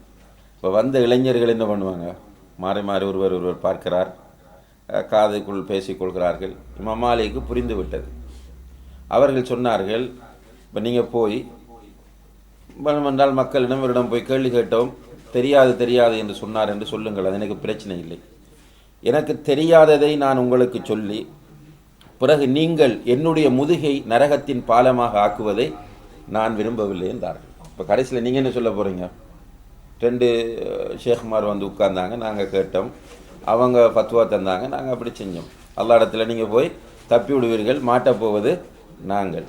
எனவே பதில் சொல்லுகிறவர்கள் கேட்கப்படுகிற எல்லா கேள்விக்கும் பதில் சொல்ல வேண்டும் என்ற அவசியமில்லை. தெரிந்தால் சொல்ல வேண்டியது, தெரியாவிட்டால் தெரியாது என்று சொல்ல வேண்டும். இந்த பக்குவம் வளர்க்கப்பட வேண்டும் சமுதாயத்திலே. அரபியிலே சொல்லுவார்கள் லா அத்ரி நிஸ்ஃபுல் இல்ம், தெரியாது என்பது அறிவில் பாதி என்று சொல்வார்கள்.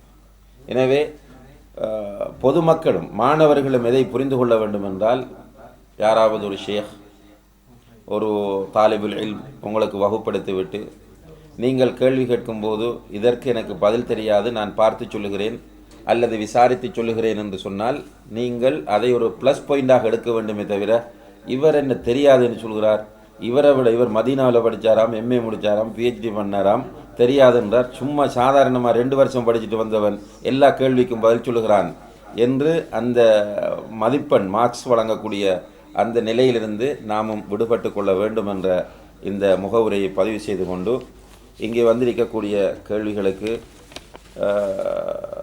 அல்லாஹ்வுடைய உதவி தேடியவர்களாக பதில் சொல்லலாம் என்று விளைகின்றோம்.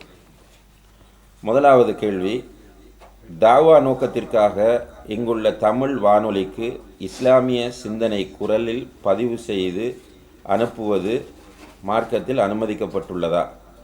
குறிப்பாக இந்த வானொலியை கேட்பவர்கள் தமிழர்கள். அவர்களது பல சந்தேகங்களுக்கு விடை கிடைப்பதாக கூறுகின்றனர். மேலும் பெண்களின் குரலை மற்றவர்கள் கேட்கக்கூடாது என்ற காரணத்தினால் அவர்கள் பயான் மார்க்க வகுப்புகள் நடத்தும் போது பதிவு செய்ய வேண்டாம் என்கின்றனர் என்று கேள்வி கேட்கிறார்கள்.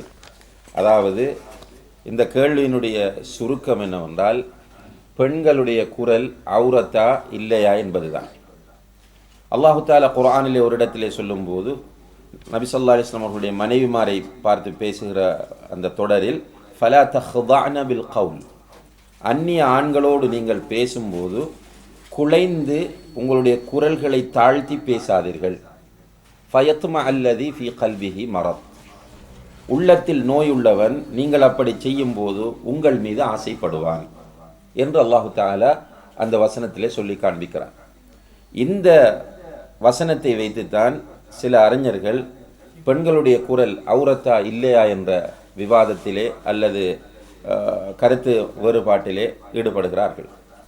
அன்புள்ள சகோதர சகோதரிகளே, இந்த வசனம் பொதுவாக ஒரு அந்நிய ஆணோடு உரையாடும் போது ஒரு பெண் எப்படியான ஒழுங்கை கடைபிடிக்க வேண்டும் என்பதை சொல்லுகிறதே தவிர தஅவாவை பற்றியோ அல்லது மார்க்கத்தை கற்றுக் கொடுப்பதை பற்றியோ அல்லது ஒருவர் சந்தேகம் கேட்கும் போது அவருக்கு பதில் சொல்வதை பற்றியோ இங்கே குறிப்பிடவில்லை என்பதை நாம் புரிந்து கொள்ள வேண்டும்.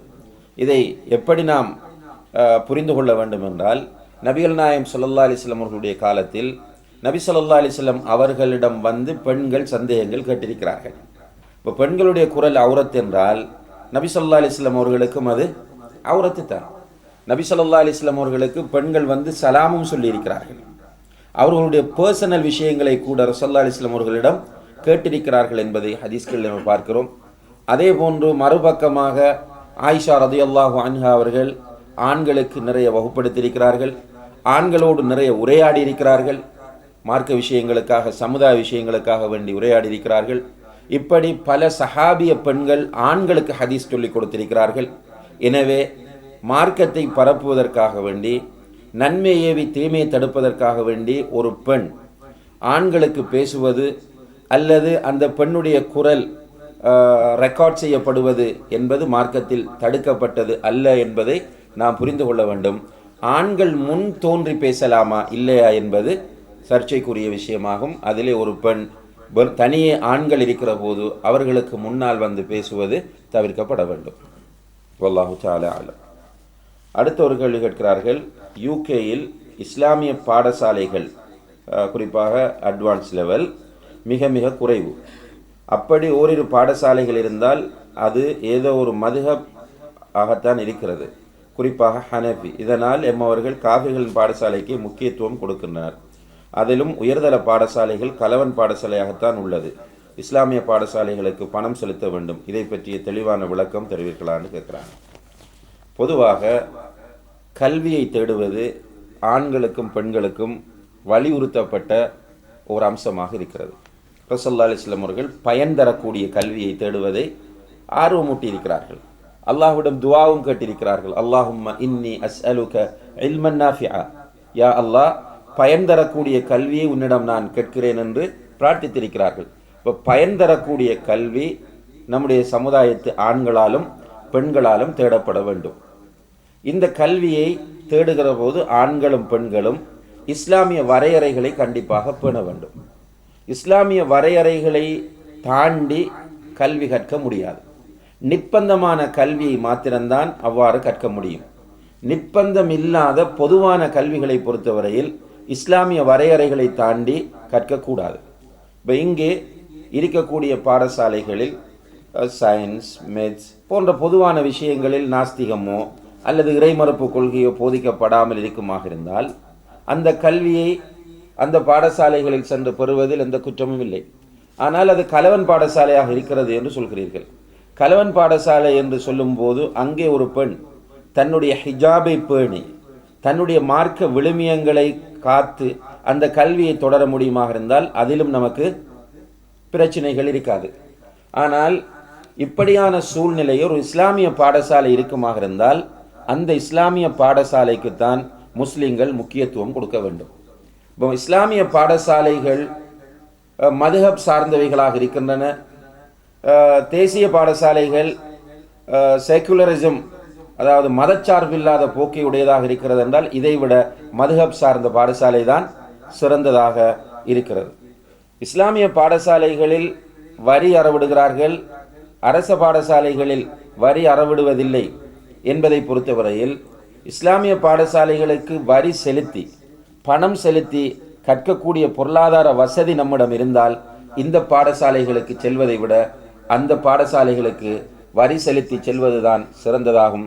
ஏனென்றால் நமக்கு முக்கியம் நம்முடைய தீனை பற்றி இப்னு மஸ்ஊத் ரலியல்லாஹு அன்ஹு அவர்கள் சொல்லும்போது இன்னமா ஹுவ தமுக வலஹ்முக என்று சொல்கிறார்கள். இந்த மார்க்கம் என்பது உன்னுடைய இரத்தம், உன்னுடைய சதை என்று சொன்னார்கள். இந்த மார்க்கத்தை பாதுகாக்க வேண்டிய பொறுப்பு நமக்கு இருக்கிறது. குறிப்பாக நாம் வாழக்கூடிய இந்த காலம் ஃபித்னாவுடைய காலம். ரசூலுல்லாஹி அலைஹி வஸல்லம் அவர்கள் சொன்னார்கள், யஅதி அலன் நாஸி ஜமான் அல் முத்தமஸ்ஸிகு லிதீனிஹி கல் காபிது அலல் ஜமர். ஒரு காலம் வரும், அந்த காலத்தில் மார்க்க பற்றுடன் வாழ்வதென்பது கையில் நெருப்பு தணலை வைத்திருப்பது போன்று என்று சொன்னார்கள். அப்படியான ஒரு காலம் இது. எனவே இந்த காலத்தில் நாம் நெருப்பு தணலை வைத்திருப்பது போன்று இந்த மார்க்கத்தை பாதுகாப்பதற்கு கடமைப்பட்டவர்களாக இருக்கிறோம். வல்லாஹு தஆலா அலம். கோ எஜுகேஷன் களவெடுக்கிற பாடசாலை நினைச்சிங்களோ? அடுத்த கேள்வி, தொழுகையில் குர்ஆனை பார்த்து ஓதலாமா? ஃபர்து தொழுகையில் பார்த்து ஓதலாமா அல்லது சுன்னத்தில் மாத்திரம்தான் பார்த்து ஓதலாமா என்று கேட்கிறார்கள். தொழுகையில் குர்ஆன் ஓதப்பட வேண்டும். குறிப்பாக சூரத்துல் ஃபாத்திஹாவும் வேறு சில சூறாக்களும் ஓதப்பட வேண்டும் என்பது நமக்கு தெரியும். ரசூலுல்லாஹி அலைஹி வஸல்லம் அவர்கள் பார்க்காமல் தான் ஓதினார்கள், சஹாபாக்களும் பார்க்காமல் தான் ஓதினார்கள். ஆனால் ஆயிஷா ரலியல்லாஹு அன்ஹா அவர்களுக்கு தக்வான் என்கின்ற ஒரு சிறுவன் இருந்தார். இரவு தொழுகைகளில் அவரை தொழுவிக்குமாறு ஆயிஷா ரலியல்லாஹு அன்ஹா அவர்கள் சொல்லுவார்கள். அவர் குர்ஆனை பார்த்து ஓதி தொழுவிப்பார். பின்னால் ஆயிஷா ரலியல்லாஹு அன்ஹா அவர்கள் நின்று தொழுதார்கள். இது மார்க்கத்தில் அனுமதிக்கப்பட்டது என்பதனால்தான் அன்னை ஆயிஷா ரலியல்லாஹு அன்ஹா அவர்கள் அவர் பார்த்து ஓதுவதை அனுமதித்தார்கள். எனவே இந்த சம்பவத்தின் அடிப்படையில், இது புகாரியில் வரக்கூடிய சம்பவம், இந்த சம்பவத்தின் அடிப்படையில் குர்ஆனை பார்த்து ஒரு இமாம் ஓதி தொழுவிக்கலாம். அதே போன்று மௌமூம் தனியே தொழக்கூடிய ஒருவரும், தனியே இமாம் இல்லாமல் தனியே தொழக்கூடிய ஒருவரும் குர்ஆனை பார்த்து ஓதலாம். இதிலே ஃபர்லான தொழுகைகளை பொறுத்தவரையில் நீண்ட நெடிய சூறாக்களை ஓத வேண்டும் என்ற அவசியம் கிடையாது. சின்ன சூறாக்களை ஓதினாலும் போதுமானது. எனவே தொழுகையினுடைய அஸ்ல் என்ன என்றால் பார்க்காமல் ஓதுவதுதான் சிறந்தது என்பது. அந்த அடிப்படையில் ஃபர்லான தொழுகைகளில் சிறிய சூறாக்களை ஓதலாம் என்ற வகையில் நாம் சிறிய சூறாக்கள் மனப்பாடமாக இருந்தால் ஃபர்லான தொழுகைகளில் சிறிய சூறாக்களை பார்க்காமல் ஓதிக்கொள்வதே மேலானது. சுன்னத்தான தொழுகைகளை பொறுத்தவரையில் குர்ஆனை பார்த்து ஓதி இமாமாக நிற்கிறவரும் தொழுவிக்கலாம், பின்னால் நிற்கக்கூடியவர்களும்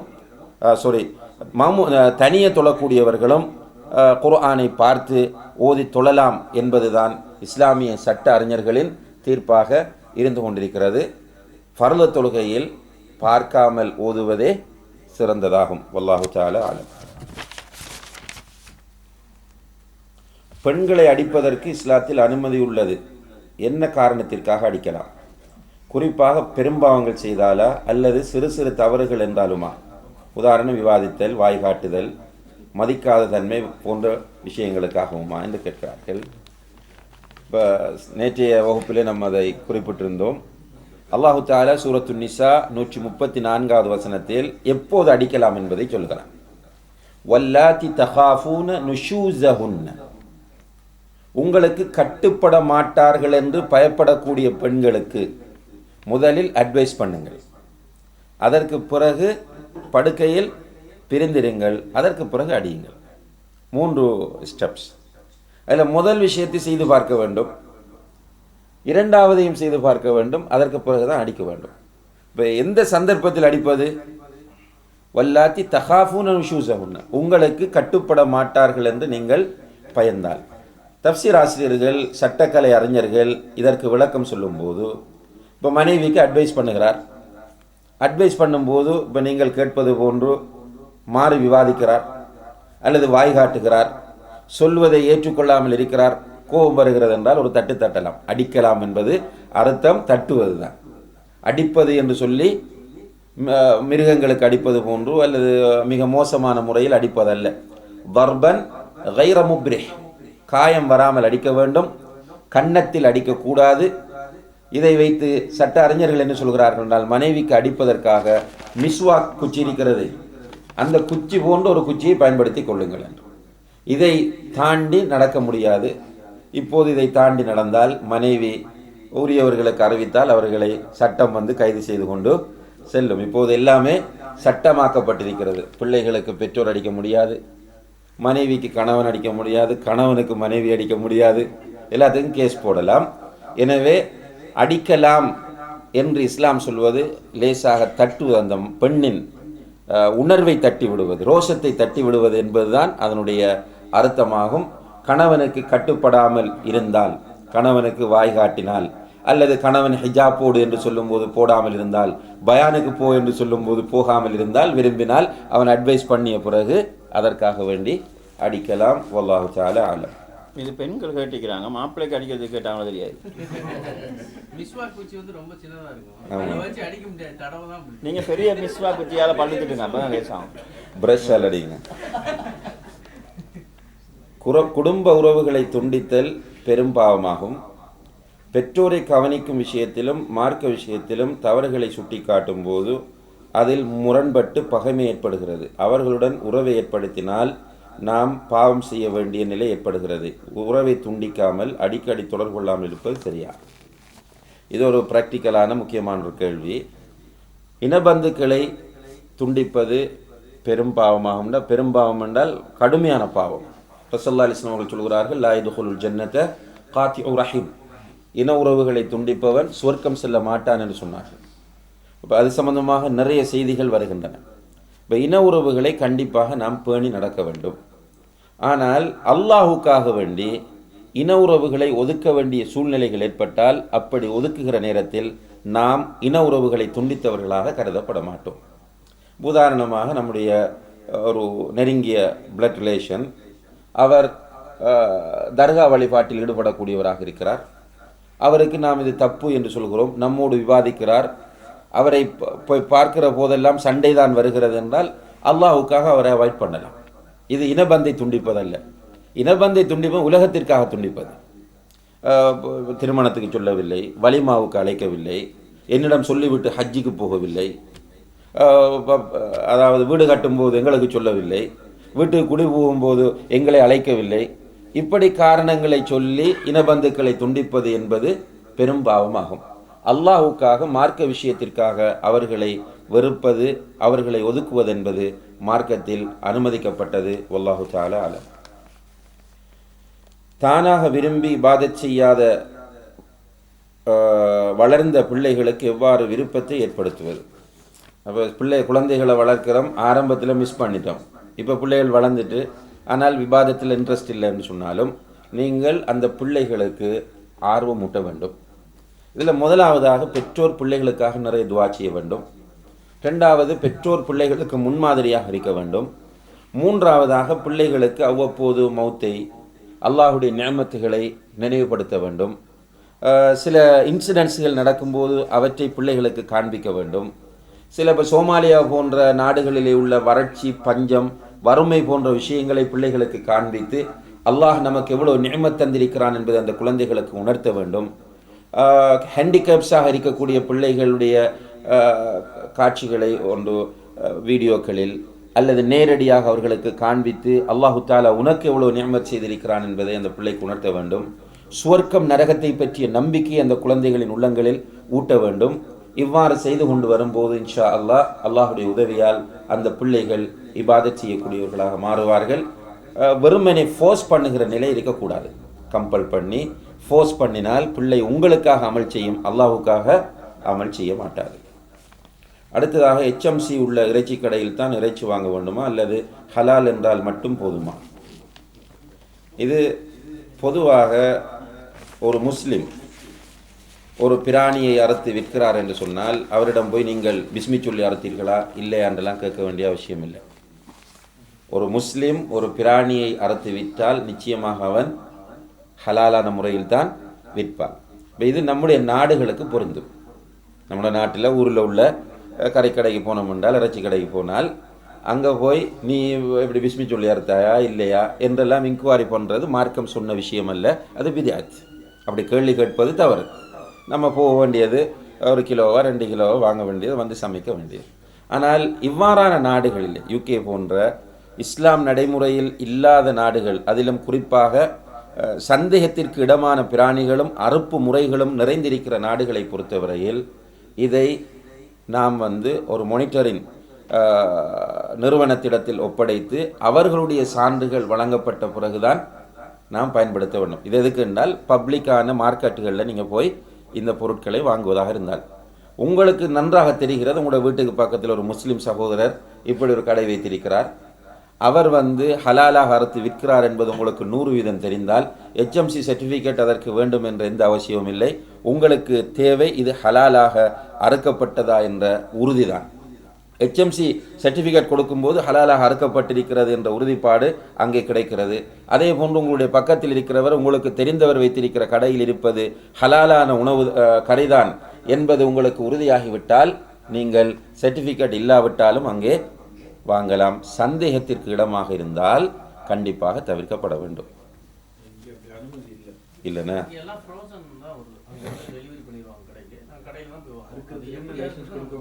அந்த நேரத்தில் HMC அவசியம்.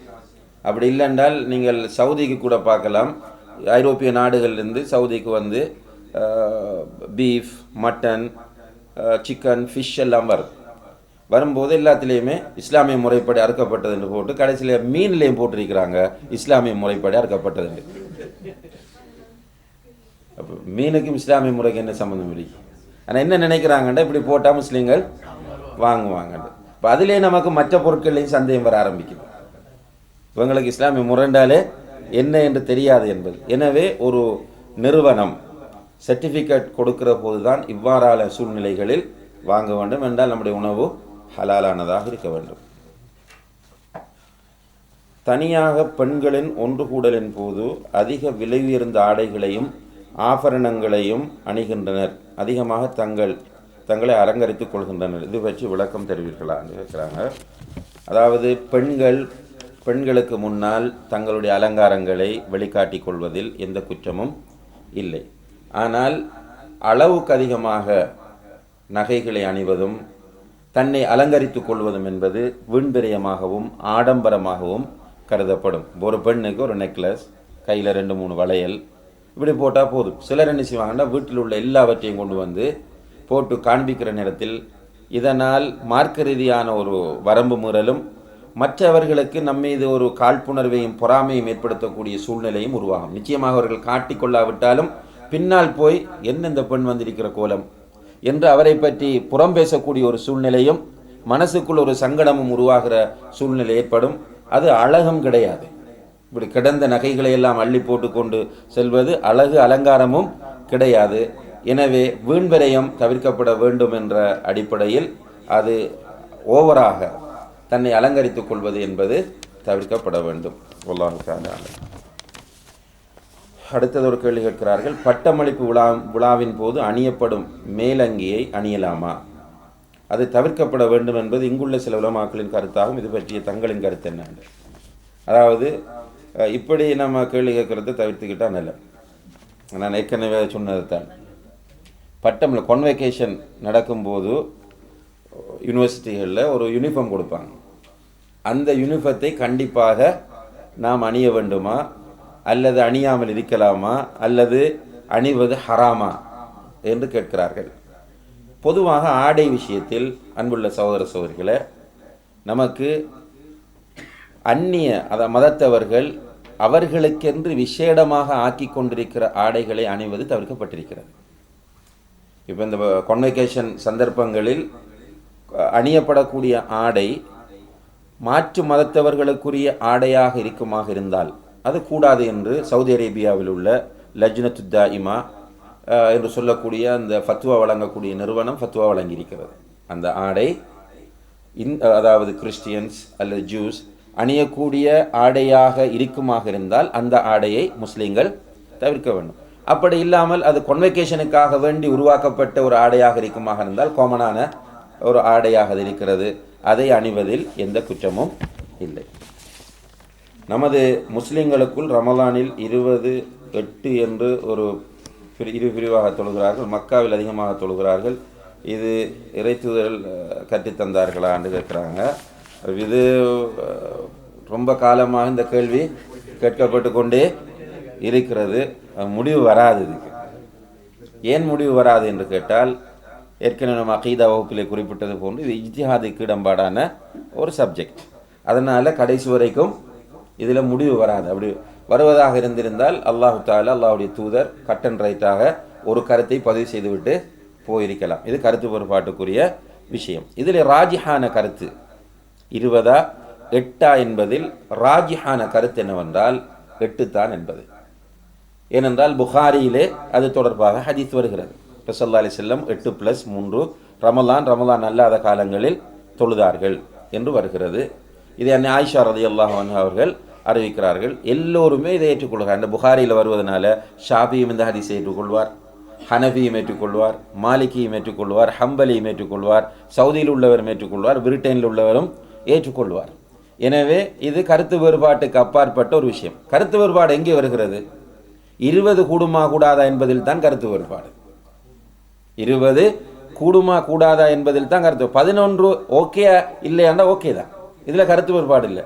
அப்போ இஸ்லாமிய சட்டக்கலையில் ஒரு விதி இருக்கிறது, அல் ஹுரூஜு மினல் ஹிலாஃபி முஸ்தஹப்புன் என்று. கருத்து வேறுபாட்டிலிருந்து வெளியிறங்குவது சிறந்தது. இப்போ கருத்து வேறுபாட்டிலிருந்து வெளியேறுவதற்குரிய நல்ல வழி என்ன? 8ஓடு நிறுத்தி கொள்வது. 8ஓடு நிறுத்தி கொண்டோமாக இருந்தால் அது போதுமானது. சவுதி அரேபியா நமக்கு ஆதாரம் கிடையாது. சில சகோதரர்கள் 20 தொழிற்கூடிய சகோதரர்கள் சவுதி ஆதாரம் காண்பிப்பார்கள். சவுதியில் தொழுவாங்க. அவர்களுக்கு நம்ம கேட்கறது என்னென்றால் இஜாபா தஜீசியான்னு சொல்கிறது. அதாவது அவர்களை வாயடைக்க வைக்கிறதுக்கு நம்ம கேட்குற கேள்வி என்னென்றால், ரைட், சவுதியில் 20 சொல்கிறாங்களே அதுதான் சரின்னு நீங்கள் சொல்வதாக இருந்தால் சவுதியில் செய்யக்கூடிய எல்லாவற்றையும் ஏற்றுக்கொள்ளுங்கள். சவுதியிலே தர்கா வழிபாட்டை தடுக்கிறார்கள், அதை தவிர்த்து கொள்ளுங்கள். சவுதியிலே ஃபர்லான தொழுகைக்கு பிறகு கூட்டாக துவா செய்ய மாட்டார்கள், அதை தவிர்த்து கொள்ளுங்கள். சவுதியிலே ஃபஜ்ர் தொழுகையில் குனூத் ஓத மாட்டார்கள், அதை தவிர்த்து கொள்ளுங்கள். சவுதியிலே சத்தமிட்டு ஓதும்போது பிஸ்மியை வெளிப்படையாக சொல்ல மாட்டார்கள், எனவே நீங்களும் பிஸ்மியை வெளிப்படையாக சொல்லாமல் இருங்கள். சவுதியிலே எந்த நிலையில் யார் போய் தொழுதாலும் பள்ளிவாசலுக்குள் அனுமதிப்பார்கள், தொப்பி அணிந்தாலும் அனுமதிப்பார்கள், இல்லாவிட்டாலும் அனுமதிப்பார்கள், நீங்களும் அப்படி செய்யுங்கள் என்று சொன்னால் அங்கே வாயடைத்து போவார்கள். இப்போ சவுதி நமக்கு ஒரு ஆதாரம் கிடையாது. சவுதி அரேபியா ஒரு நாடு, அவர்களுக்கென்று அரசியல் சாசனங்கள் இருக்கின்றன, அவர்களுக்கென்று சில ரிலீஜியஸ் ரீதியான பாலிசி இருக்கிறது, அதை அவர்கள் பின்பற்றுகிறார்கள் என்பதுதான் அங்குள்ள நிலைப்பாடாகும். அதிகமான கால்வழியினால் உட்கார்ந்து தொழுதால் அரைவாசி நன்மையா? சுன்னத்தான தொழுகைகளுக்கு எப்படி, ஃபர்லான தொழுகைகளுக்கு எப்படின்னு கேட்குறாங்க. அதாவது உட்கார்ந்து கொண்டு தொழலாமா என்று கேட்குறாங்க. இதில் தொழுகையினுடைய அஸ்ஸில் என்னவென்றால் ஒருவர் நின்று கொண்டு தான் தொழ வேண்டும். இதுதான் தொழுகையினுடைய அஸ்ஸில். சல்லி காயிமன், நின்று கொண்டு தொழு. ஃபஇல்லம் தஸ்ததி, நின்று கொண்டு தொழ முடியவில்லை என்றால் ஃபகாயிதன், உட்கார்ந்து தொழு. அதற்கு முடியவில்லை என்றால் படுத்து கொண்டு தொழு என்று ஸல்லல்லாஹு அலைஹி வஸல்லம் அவர்கள் சொல்லுவாங்க. அஸ்ஸில் நின்று கொண்டு தான் தொழ வேண்டும். ஒருவருக்கு நின்று கொண்டு தொழ முடியவில்லை என்றால் உட்கார்ந்து தொழலாம். அப்போ ஃபர்லு தொழுகையை பொறுத்தவரையில் ஒருவர் நின்று கொண்டு தான் தொழ வேண்டும். அவர் உட்கார்ந்து தொழுவதாக இருந்தால் உட்கார்ந்து தொழக்கூடிய சூழ்நிலை அவருக்கு இருக்க வேண்டும். சுன்னத்தான தொழுகையை பொறுத்தவரையில் ரசூலுல்லாஹி அலைஹி வஸல்லம் அவர்களிடம் வந்து கேட்கிறார்கள். கேட்கும்போது ரசூலுல்லாஹி அலைஹி வஸல்லம் அவர்கள் சொன்னார்கள், நீ உட்கார்ந்து தொழ விரும்பினால் உட்கார்ந்து தொழு, ஆனால் உனக்கு பாதி கூலி தான் கிடைக்கும் என்றார்கள். ஒரு நின்று கொண்டு தொழ முடியுமான ஒரு தொழுகையாளி சுன்னத்தான தொழுகையில் உட்கார்ந்து தொழுதால் அவருக்கு அரைவாசி கூலி கிடைக்கும். அப்போ அவர் நின்று கொண்டு தொழ முடியுமா இருந்தால் நின்று கொண்டு தொழுதால் பூரணமான கூலி கிடைக்கும். யாருமே பூரணமான கூலியை மிஸ் பண்ண விரும்ப மாட்டார்கள். ஃபர்லான தொழுகையில் சுஜூதில் தமிழில் துவா கேட்கலாமான்னு கேட்குறாங்க. இதை பொறுத்தவரையில் சுஜூதில் துவா கேட்பது என்பது வலியுறுத்தப்பட்டிருக்கிறது. ரசூலுல்லாஹி அலைஹி வஸல்லம் அவர்கள் சொன்னார்கள், இன்ன அக்ரப மா யகூனுல் அப்து லிரப்பிஹி வ ஹுவ சாஜித். ஒரு அடியான் தன்னுடைய ரப்புக்கு மிக நெருக்கமாக இருக்கிற நிலை சுஜூதுடைய நிலையாகும். ஃபஅக்ஸிரு ஃபீஹி துஆ, அதிலே அதிகமாக துஆ கேளுங்கள் என்று சொன்னார். ஏனென்றால் ஃபகமினுன் அன் யுஸ்தஜாப லஹு, அதிலே கேட்கப்படுகிற துவா விரைவில் ஏற்றுக்கொள்ளப்பட தகுதியான துவாவாகும். அப்ப சுஜூதில் அதிகமாக துவா கேட்க வேண்டும். இப்போ சுஜூதில் அதிகமாக துவா என்பதை ரசூலுல்லாஹி அலைஹி வஸல்லம் அவர்கள் பிரிக்கவில்லை. எந்த சுஜூத் என்று பிரிக்கவில்லை. ஃபர்து தொழுகையின் சுஜூத், சுன்னத்தான தொழுகையின் சுஜூத் என்று நபி ஸல்லல்லாஹு அலைஹி வஸல்லம் அவர்கள் பிரிக்கவில்லை. பொதுப்படையாகவே அல்லாஹ்வுடைய தூதர் ஸல்லல்லாஹு அலைஹி வஸல்லம் அவர்கள் சொல்லியிருக்கிற காரணத்தினால் ஃபர்லான தொழுகையிலும் சுஜூதில் துவா செய்யலாம், சுன்னத்தான தொழுகையிலும் சுஜூதில் துவா செய்யலாம். துவா செய்கிற மொழி எது? இதிலே கருத்து வேறுபாடு இருக்கிறது. சிலர் சொல்லுகிறார்கள் தொழுகையின் மொழி அரபு என்பதனால் அரபியில் தான் சுஜூதில் துவா செய்ய வேண்டும் என்று சொல்கிறார்கள். ஆனால் இந்த கருத்தை நாம் ஏற்றுக்கொண்டால் இந்த ஹதீஸை உலக முஸ்லிம்களில் 3/2 பான்மையினருக்கு நடைமுறைப்படுத்த முடியாத நிலை உருவாகிவிடும். இந்த உலகத்தில் இருக்கிற முஸ்லிம்களில் ஒரு பகுதி தான், 1/3 பகுதி தான் கிட்டத்தட்ட அரபிகள், மற்ற 2 பகுதியினரும் அரபி அல்லாதவர்கள். அவர்களுக்கு இந்த சான்ஸ் இல்லாமல் போய்விடும். அடுத்தது ஒருவர் தன்னுடைய தேவையை கேட்க வேண்டும் என்றால் வேகமாக கபூல் செய்யப்பட வேண்டும் என்பதனால் தன்னுடைய தேவையை அவர் கேட்க வேண்டும். எனவே அவருடைய தேவையை உணர்வு பூர்வமாக ரசூலுல்லாஹி அலைஹி வஸல்லம் என்ன சொல்றார் என்றால், நீங்கள் உங்களுடைய உள்ளத்திலிருந்து துவா செய்யுங்கள், கேர்லெஸ்ஸாக செய்யப்படுகிற துவாவை அல்லாஹ் அங்கீகரிக்க மாட்டான் என்று சொல்கிறார்கள். எனவே அவர் கேர்ஃபுல்லாக சின்சியராக துவா செய்ய வேண்டும் என்றால் அவருடைய மொழியில் தான் அவர் துவா செய்ய வேண்டும். எனவே இதிலே உலமாக்களிடத்தில் கருத்து வேறுபாடு இருக்கிறது. அந்நிய மொழிகளில், அரபு அல்லாத மொழிகளில் சுஜூதுகளில் துவா செய்யலாமா இல்லையா என்ற கருத்து வேறுபாடு இருக்கிறது. ஒரு சாரார் கூடாது என்கிறார்கள், இன்னும் ஒரு சாரார் கூடும் என்று சொல்கிறார்கள். கூடும் என்று சொல்லக்கூடிய சாரார் முன்வைக்கக்கூடிய நியாயங்கள் தான் வலுவானவையாக இருக்கின்றன. எனவே ஃபர்லான தொழுகையாக இருந்தாலும் சுன்னத்தான தொழுகையாக இருந்தாலும் சுஜூதுகளில் தமிழில் ஏனைய மொழிகளில் துவா கேட்கலாம் என்பதை வைத்து கேட்க வேண்டும் என்று முடிவெடுக்காதீர்கள். உங்களுக்கு பிடிக்கல என்றால், உங்களுடைய மனதுக்கு திருப்தி இல்லைன்னா நீங்கள் அரபில் கேட்டுட்டு போங்க. யாராவது ஒருவர் தமிழில் கேட்க விரும்பினால் உன்னுடைய தொழுகை பாத்திலாகிவிடும் என்று சொல்லாதீர்கள். தொழுகையின் மொழி அரபு என்றால் தொழுகைக்கு உள்ள விஷயங்கள். சூரத்துல் ஃபாத்திஹாவை தமிழில் ஓடுனா சிக்கல், அல்லாஹ் அக்பர் என்பதை தமிழில் சொன்னால் சிக்கல், சமி அல்லாஹு லிமன் ஹமீதா என்பதை தமிழில் சொன்னால் பிரச்சினை, சுப்ஹான் ரப்பியல் அலா சுப்ஹான் ரப்பியல் அதீம் என்பதை தமிழில் சொன்னால் தொழுகை பாத்திலாகும். ஆனால் துஆவை தமிழில் கேட்டால் தொழுகை பாத்திலாக மாட்டாது. வல்லாஹு தஆலா அலம். அடுத்ததாக ஒரு கேள்வி கேட்குறாங்க, லுஹர் அசர் தொழுகையில் ஜமாத்தாக இருக்கும்போது நாமும் சேர்ந்து ஓத வேண்டுமான்னு கேட்குறாங்க. இப்போ லுஹர் அசர் தொழுகைகளை பொறுத்தவரையில் மகரிப் இஷாவினுடைய பிந்திய 2 ரக்காத்துகள், அதாவது பிந்திய 2 ரக்காத், மகரிபிலே பிந்திய 1 ரக்காத்தை பொறுத்தவரையில் இமாம் மௌனமாக ஓதுவார். சத்தத்தை வெளியே காண்பிக்காமல் மௌனமாக ஓதுவார். இது ரசூலுல்லாஹி அலைஹி வஸல்லம் அவர்கள் காட்டி தந்த முறை. இந்த நேரத்தில் மௌனமாக இருக்கிறவர்கள் கண்டிப்பாக அவர்களும் ஓதியே ஆக வேண்டும். நபி ஸல்லல்லாஹு அலைஹி வஸல்லம் அவர்கள் சொன்னார்கள், லா ஸலாத்த லிமன் லம் யக்ரா பி ஃபாத்திஹத்தில் கிதாப், சூரத்துல் ஃபாத்திஹா ஓதாதவருக்கு தொழுகை இல்லை என்று சொன்னார்கள். எனவே அவர்கள் பின்னால் ஓத வேண்டும். வழமையாக லுஹர் தொழுகையிலே ஆரம்ப 2 ரக்காத்துக்களும் சூரத்துல் ஃபாத்திஹாவோடு இன்னும் சில சூறாக்கள் அல்லது வசனங்கள் ஓதப்படும், அதை ஓத வேண்டும். பிந்திய 2 ரக்காத்தில் சூரத்துல் ஃபாத்திஹா மாத்திரம் ஓதினால் போதும், அதை மாமும்கள் ஓத வேண்டும்.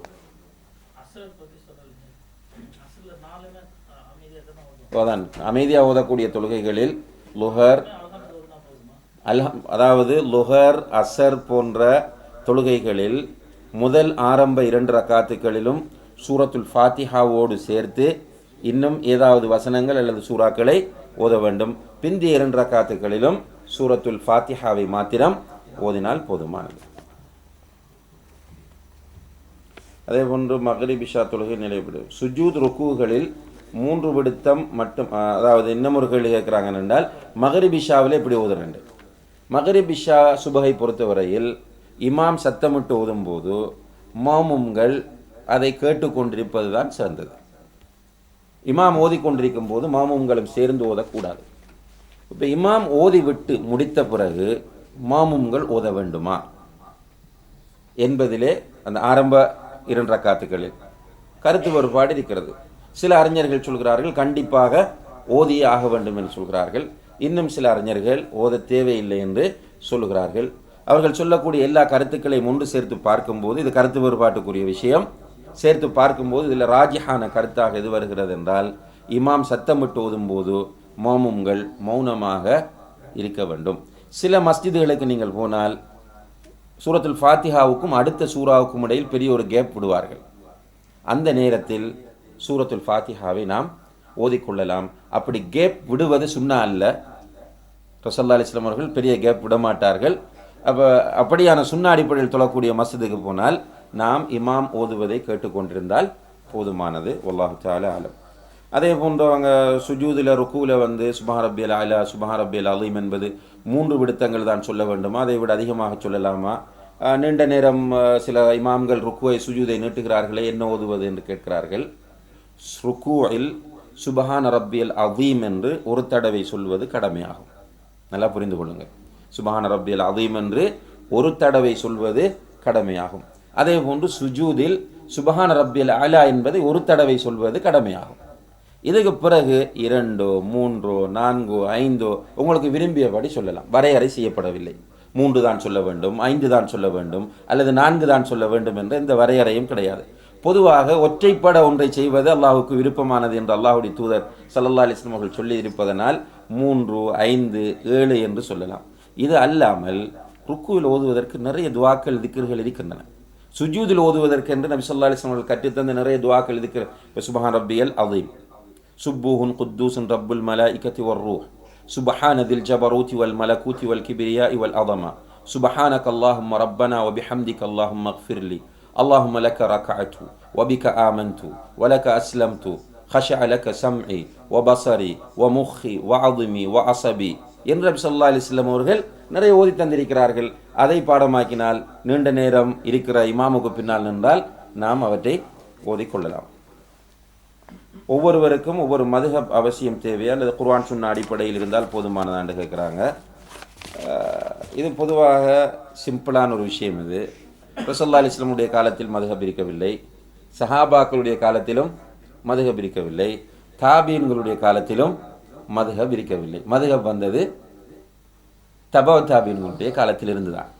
அதுக்கு பிற்பட்ட ஹிஜ்ரி 4ஆம் நூற்றாண்டுகளில் இருந்துதான் மதுஹப் பெரிய அளவில் மக்கள் மத்தியிலே பேசப்பட ஆரம்பித்தது. எனவே மதுஹபை பின்பற்ற வேண்டும் என்ற அவசியம் நமக்கு கிடையாது.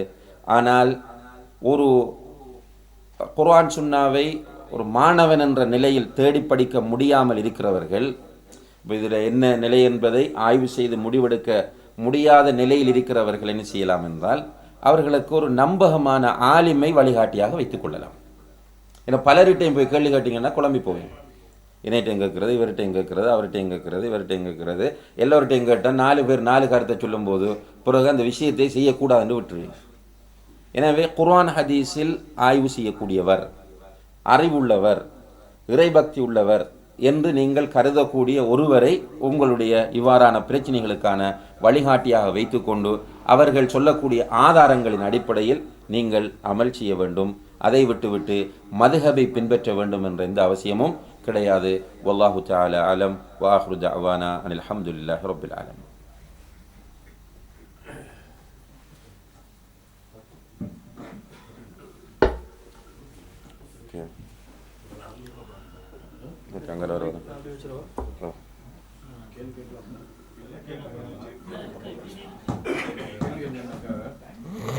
அல்பானி ரஹ்மத்துல்லாஹியுடைய சமருல் முஸ்ததாம் அதுல 10 இடங்கள் தொழக்கூடாத இடங்கள்னு சொல்லிட்டு இஸ்லாம் பள்ளியில போட்டிருக்காங்க. இந்த 10 இடங்கள் என்னன்னு சொல்லிடவா?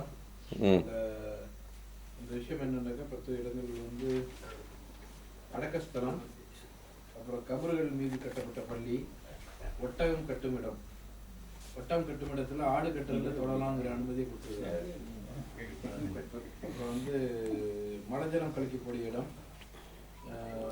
ஷைத்தான் ஒதுங்கும் இடம், அதுல காஃபிர்களுடைய ஆலயம்னு கொடுக்குறாங்க. அப்புறம் 6வது அபகரிக்கப்பட்ட பூமி. 7வது கூஃபாவுக்கு பக்கத்துல உள்ள திரார் அப்படிங்கக்கூடிய மஸ்ஜித். 8வது பூமி அதிர்வு போன்ற அல்லாஹ்வின் வேதனைகள் இறக்கப்பட்ட இடம். 9வது மாமூன்களை விட இமாம் உயரமா நின்ற இடத்துல தொழக்கூடாதுன்னு தடை செய்யப்பட்டிருக்கு. அப்புறம் 10வது இடம்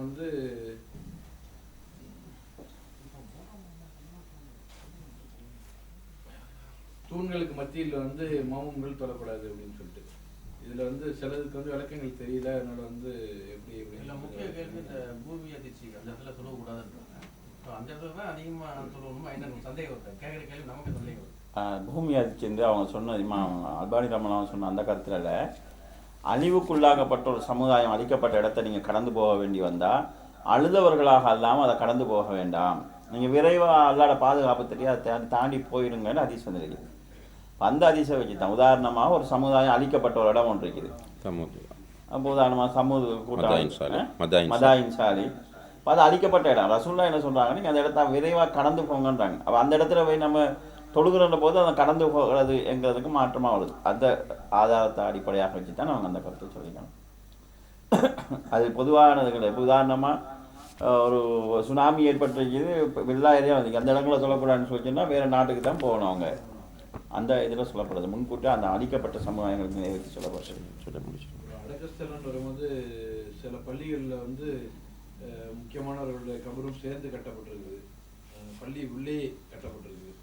அந்த பள்ளி வாசல்களில் தொழலாமா கூடாதா அப்படிங்கிறதும் சந்தேகம் இருக்குது. சார் இந்த கேள்வியில் முடிய முபாரக் சார் அவங்க அந்த நீங்கள் கேட்ட டாக்டர் கேட்டதுக்கு சொல்லுவாங்க சார். பெண்கள் சைட்டில் இது பெண்களுக்கு முன்னுரிமைங்கிற அடிப்படையில் அந்த கேள்வியை பின்னால் வைக்கிறோம். சுருக்கி தொழல் சேர்த்து தொழுதலின் விரிவாக்கத்தை விளக்கவும், எவ்வளவு தூரத்துக்கு அப்பால் சென்றால் இவ்வாறு தொழ வேண்டும் என்று கேட்டிருக்கிறாங்க. அதாவது கஸ்ரு தொழுகை, லுகர், அசர், இஷா ஆகிய தொழுகைகளை 2 ரக்காயத்தாக சுருக்கி தொழுகிறது. ஜம்மு செய்கிறதுன்னு சொன்னால் மகரிபையும் இஷாவையும் லுகரையும் அசரையும் சேர்த்து தொழுகிறது. இதை நாங்கள் செய்கிறதாக இருந்தால் எவ்வளவு தூரம் பயணம் போனால் செய்யலாம் என்கிற அடிப்படையில் இந்த கேள்வி கேட்கப்பட்டிருக்குது. சுருக்கி தொழுவதை பொறுத்தளவுற எத்தனை மைல் தூரம் பயணம் போனால் நம்ம சுருக்கி தொழலாம் என்கிறதுல ஏற்கனவே பல விஷயங்களுக்கு சொல்லப்பட்டது போல் அறிஞர்களுக்கு மத்தியில் கருத்து வேறுபாடு இருக்குது. அதாவது அப்பாஸ் ரலியல்லாஹு அன்ஹு போன்ற சஹாபாக்கள் கூட 48 மைல் போனால் சுருக்கி தொழலாம் என்கிற கருத்து சொல்லியிருக்கிறாங்க. ஏன்னா ரசூல் ஸல்லல்லாஹு அலைஹி வஸல்லம் அவர்கள் சுருக்கி தொழுத ஒரு சந்தர்ப்பத்தை பார்க்குறாங்க. அந்த தூரம் 48 மைலாக இருக்குது. அதை வச்சு அவங்க அப்படி ஒரு முடிவு செய்கிறாங்க. அந்த ஹதீஸுடைய அர்த்தம் 48 மைல் போனால் தான் சுருக்கி தொழணுமா என்கிறதா, அல்லது ரசூசா போன பயணம் 48 இருந்துச்சு அதில் அவங்க சுருக்கி தொழுதாங்களான்னு கேட்டால் அவங்க போன பயணம் 48 இருந்துச்சு அதில் அவங்க சுருக்கி தொழுதாங்க. இப்னு அப்பாஸ் அவங்க பேணுதலுக்காக அப்படி ஒரு முடிவு எடுக்கிறாங்க. ஹதீஸ்களை வச்சு நம்ம பார்த்தோம்னு சொல்லி சொன்னால், அதாவது சஹீஹ் முஸ்லிமில் இடம்பெறக்கூடிய ஒரு அறிவிப்பில் ஒரு சஹாபி அறிவிக்கிறாரு, நபி ஸல்லல்லாஹு அலைஹி வஸல்லம் அவர்கள் 3 மைல் பயணம் போனால் அல்லது 3 பர்சக் பயணம் போனால் தொழுகையை சுருக்கி தொழுவாங்க என்று சொல்கிறாங்க. இது அந்த ஹதீஸை அறிவித்தவருடைய சந்தேகம். 3 மைலா 3 பர்சகாங்கிறது அவருடைய சந்தேகம். பர்சக் என்று சொல்கிறது எதுக்குன்னு கேட்டால் 3 மைலுக்கு 1 பர்சக்னு சொல்லப்படும். இதை நான் மைல் கணக்கில் இந்த ஹதீஸை சொல்வதாக இருந்தால் அந்த சஹாபி என்ன சொல்கிறாருன்னா, நபி ஸல்லல்லாஹு அலைஹி வஸல்லம் 3 மைல் பயணம் போனால் அல்லது 9 மைல் பயணம் போனால் சுருக்கி தொழுவார்கள் என்று அவர் சொல்கிறார் இந்த பர்சக்ங்கிற வார்த்தை பிரயோகத்தில். அப்போ அறிவித்தவருக்கு, அதாவது சஹாபிக்கள் அதுக்கு பின்னால் அறிவித்தவருக்கு சந்தேகம் 3 மைல்னு சொன்னாங்களா 3 பர்சக்னு சொன்னாங்களாங்கிறது அவருக்கு சந்தேகம். இந்த ஹதீஸை சிலர் 3 மைல் பயணம் போனாலும் கஸ்ரு செய்யலாம் என்கிறதுக்கு ஆதாரமாக எடுத்துக்கொள்கிறாங்க. ஆனால் சிலர் அறிவிப்பாளர் சந்தேகமாக சொன்னதுனால சந்தேகத்தை நம்ம தவிர்த்து கொள்வதற்காக கூட சொன்னதை நம்ம எடுத்துக்கொண்டால் பிரச்சனை இல்லை என்கிற அடிப்படையில் 9 மைல் பயணம் போனால் நம்ம கஸ்ரு செய்யலாம் என்கிற முடிவை சொல்கிறாங்க. ரசூல் ஸல்லல்லாஹு காலத்தில், அதாவது அவங்க மைலுன்னு சொன்னது அந்த அளவை கிலோமீட்டர் கணக்கில் சொல்வதாக இருந்தால் இன்றைக்கு சுமார் 25 கிலோமீட்டர் அளவை சொல்லலாம் என்று சொல்கிறாங்க. அதாவது அந்த அளவு தெரிஞ்சவங்க சொல்கிறது அது உண்மையான தன்மை என்னென்னு நமக்கு தெரியாது. ஆக ஒரு 25 கிலோமீட்டர் பயணம் நாங்கள் போகிறதாக இருந்தால் அந்த பயணத்துக்குள்ளே லுஹர, அசர, இஷா ஆகிய தொழுகைகளை 2 ரக்காயத்தாக நம்ம தொழலாம். சேர்த்து தொழுவதை பொறுத்தளவுல பயணத்திலும் சேர்த்து தொழலாம், உள்ளூர்லையும் சேர்த்து தொழக்கூடிய வாய்ப்பு இருக்குது. உதாரணமாக நீங்கள் இப்போ உலகருக்கு போகிற ஒரு பயணம் போக போகிறீங்க, தூர பயணம் வந்து போக போகிறீங்க. இப்போ நீங்கள் என்ன செய்யலாம்னு சொன்னால் லுஹரையும் அசரையும் சேர்த்து தொழுவிட்டு போயிடலாம்.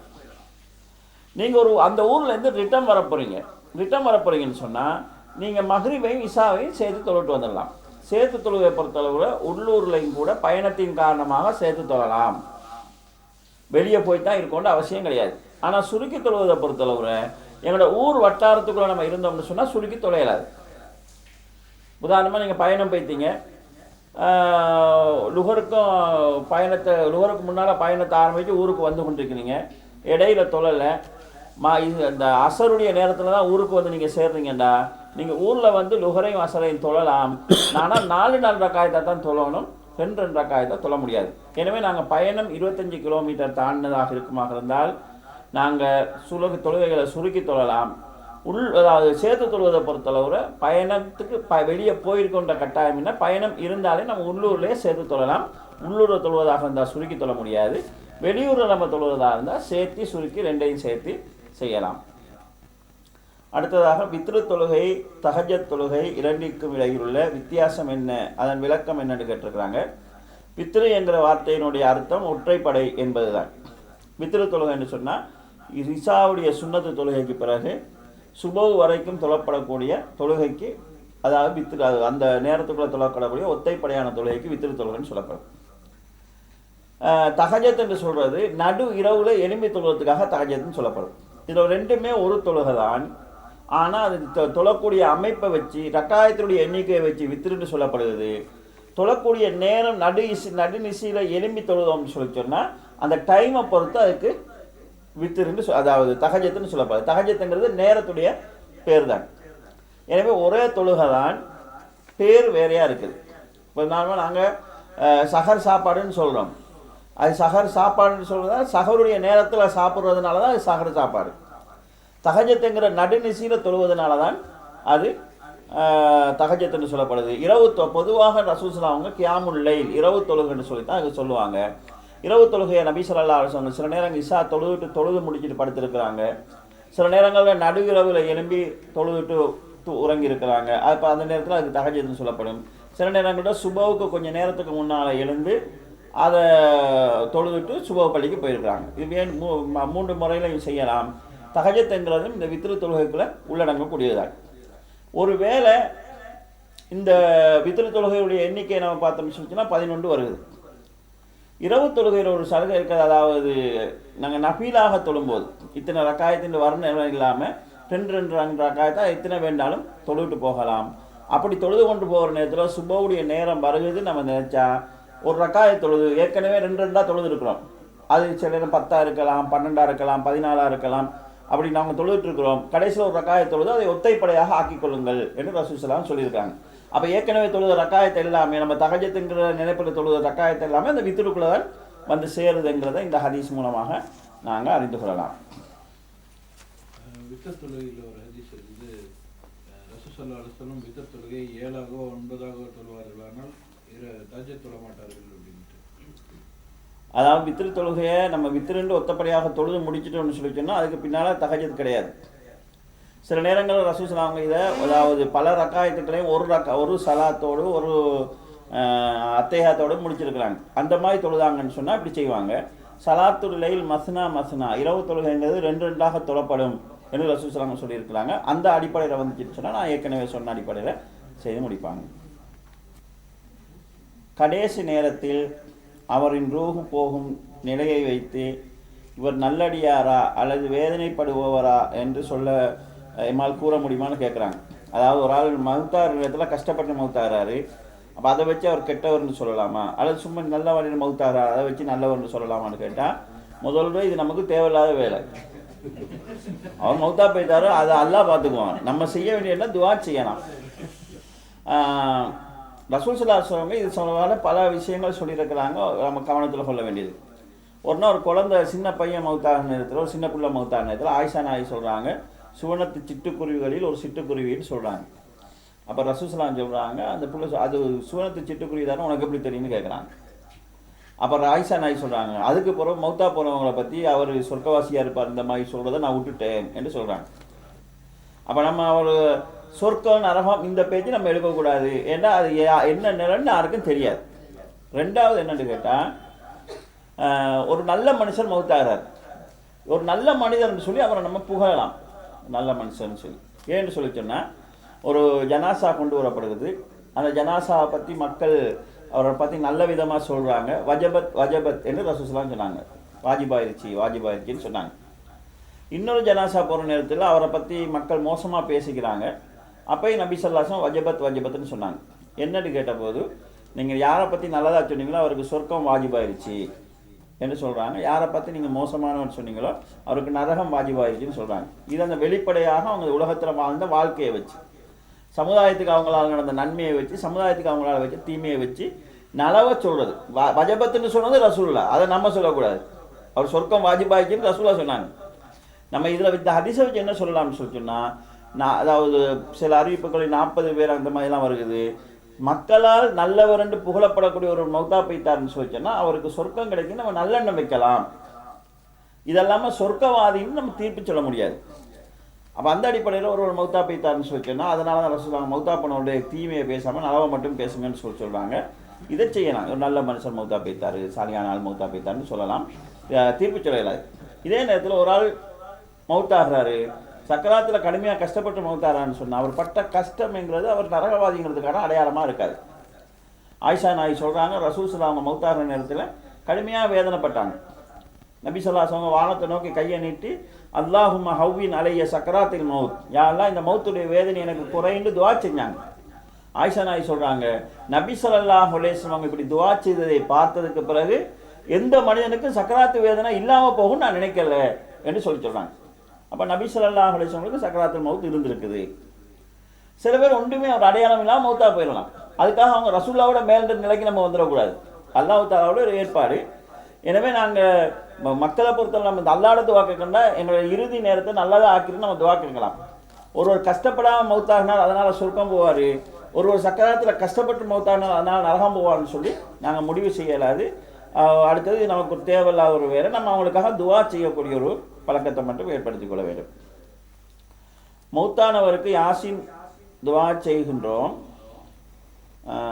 இன்னாருக்கு என்று அவரின் பெயர் மட்டும் குறிப்பிட்டால் போதுமா? அவரின் தாயின் பெயர் தகப்பனின் பெயரையா சேர்த்து சொல்லணுமான்னு கேட்குறாங்க. இது அந்த அதாவது நபி ஸல்லல்லாஹு அலைஹி வஸல்லம் அவங்க ஒரு செய்தி சொன்னதாக ஒரு அறிவிப்பு வருது. இக்ராவும் மௌத்தாக்கும் யாசின், அவங்களோட மௌத்தா போகிறவங்களுக்கு யாசினை ஓதுங்கன்னு சொன்னதாக ஒரு செய்தி. இது இட்டு கட்டப்பட்ட ஒரு செய்தி. இறந்தவங்களுக்கு நாங்கள் குர்ஆன் ஓதி சேர்க்கலாமா என்கிற பிரச்சனையை பொறுத்தளவில் சேர்க்கக்கூடாது என்று கடந்த காலத்தில் வாழ்ந்த நியாயமான அறிஞர்கள் சொல்லியிருக்கிறாங்க. ஏன்னா அப்படி சொல்லுதுன்னா சேராது. மௌத்தா போனவங்களுக்கு நம்ம என்னென்ன செய்யலாம்ங்கிறது குர்ஆன் ஹதீஸில் சொல்லப்பட்டிருக்கு. குர்ஆனை ஓதி இறந்தவங்களுக்காக நம்ம சேர்ப்பிக்கலாமா என்று கேட்டால் இமாம் ஷாஃபி ரஹ்மத்துல்லாஹி அவங்க சொல்கிறாங்க, குர்ஆனை ஓதி இறந்தவங்களுக்காக அனுப்புறதுங்கிறது சேராது. அப்படி ஒரு செயல் இல்லை, இஸ்லாத்தில் இல்லை.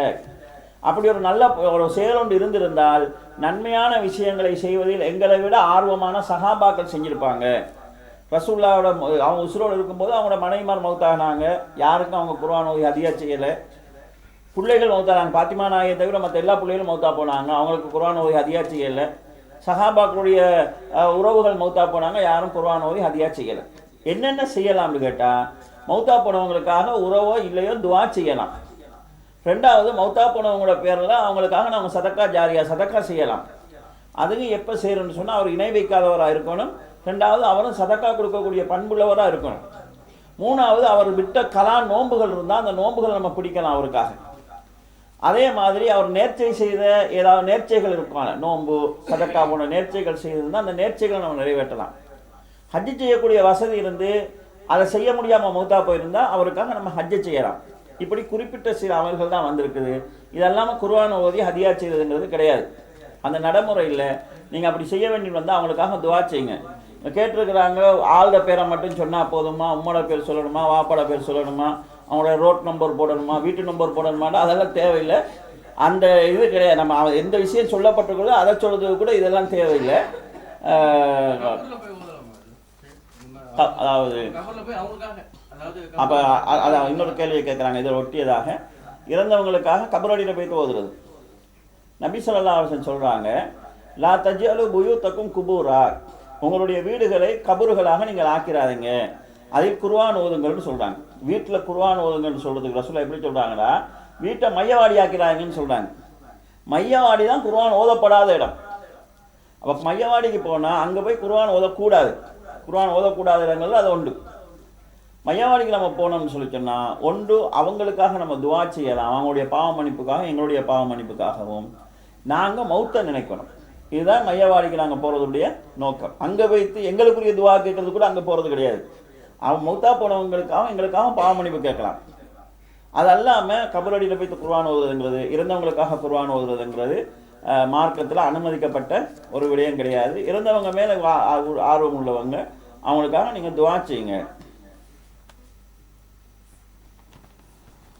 இதில் முக்கியமான ஒரு கேள்வி கேட்டுக்கிறாங்க. அட்டாச் பாத்ரூமில் ஓதக்கூடாது என்றால் உழு எடுக்கும்போது ஓத வேண்டிய துவாக்களை ஓதுவதில்லை, அதற்காக கிடைக்கும் பலம் கிடைக்காமல் நன்மையை இழக்க வேண்டியுள்ளது, அந்த நன்மையை எவ்வாறு பெற முடியும், பிஸ்மி மட்டும் போதுமா, விளக்கம் தருகன்னு சொல்கிறாங்க. இது ஒரு சங்கடமான ஒரு பிரச்சனை. நம்ம பாத்ரூமுக்குள்ளே போயிட்டு நம்ம ஒளிச்செய்கிறோம், அதாவது ரெண்டுமே ஒன்றா தான், டாய்லெட்டும் இது ஒன்றா தான் இருக்குது. நம்ம இப்படி ஒளிச்செய்கிற போது பிஸ்மி சொல்கிறது, பிஸ்மி ஒளிச்செய்து முடிஞ்சதுக்கு பிறகு ஓதுற துவா, இது ஒரு பிரச்சனை இருக்குது.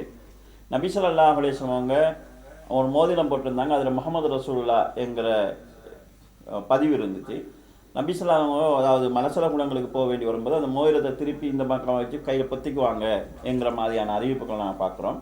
எனவே மலசல கூடம்ங்கிறது ஓதுறதுக்குரிய இடம் கிடையாது. ஆனால் நாங்கள் எங்களோட பாத்ரூம் அப்படித்தான் இருக்குதுன்னு சொல்லி சொன்னால் நாங்கள் ஒளிச்செய்கிற போது பிஸ்மியை நம்ம மனசால் ஓதிக்கொள்ளலாம். ஏன்னா எது இத்தக்குள்ளாக மற்ற சத்துவம் எங்களால் எது முடியுமோ அதை நம்ம செய்யலாம். ஒளிச்செஞ்சு வெளியே வந்துட்டு நாங்கள் ஒழுவினுடைய துவாவை சஹாதா கலிமாவை நம்ம ஓதிக்கொள்ளலாம். எந்த அளவுக்கு அதை நம்ம தவிர்க்க முடியுமோ அந்த அளவுக்கு நாங்கள் தவிர்த்து கொள்வது நல்லது. இதை இலவுபடுத்தும் முகமாக சில அறிஞர்கள் ஒரு வார்த்தை பிரயோகத்தை சொல்கிறாங்க.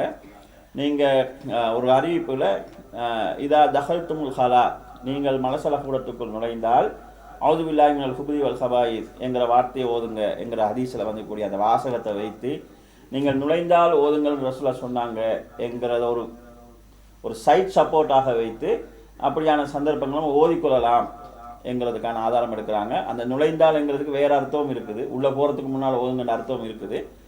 எனவே இப்படி ஒரு சாதகமான நிலை இருக்கிறதுனால ஒளி செய்கிற நேரத்தில் நாங்கள் மனசால பிஸ்மியை ஓதிட்டு ஒளி முடிஞ்சதுக்கு போல நம்ம வெளியில் வந்து சஹாதா கலிமாவை ஓதிக்கொள்ளலாம்.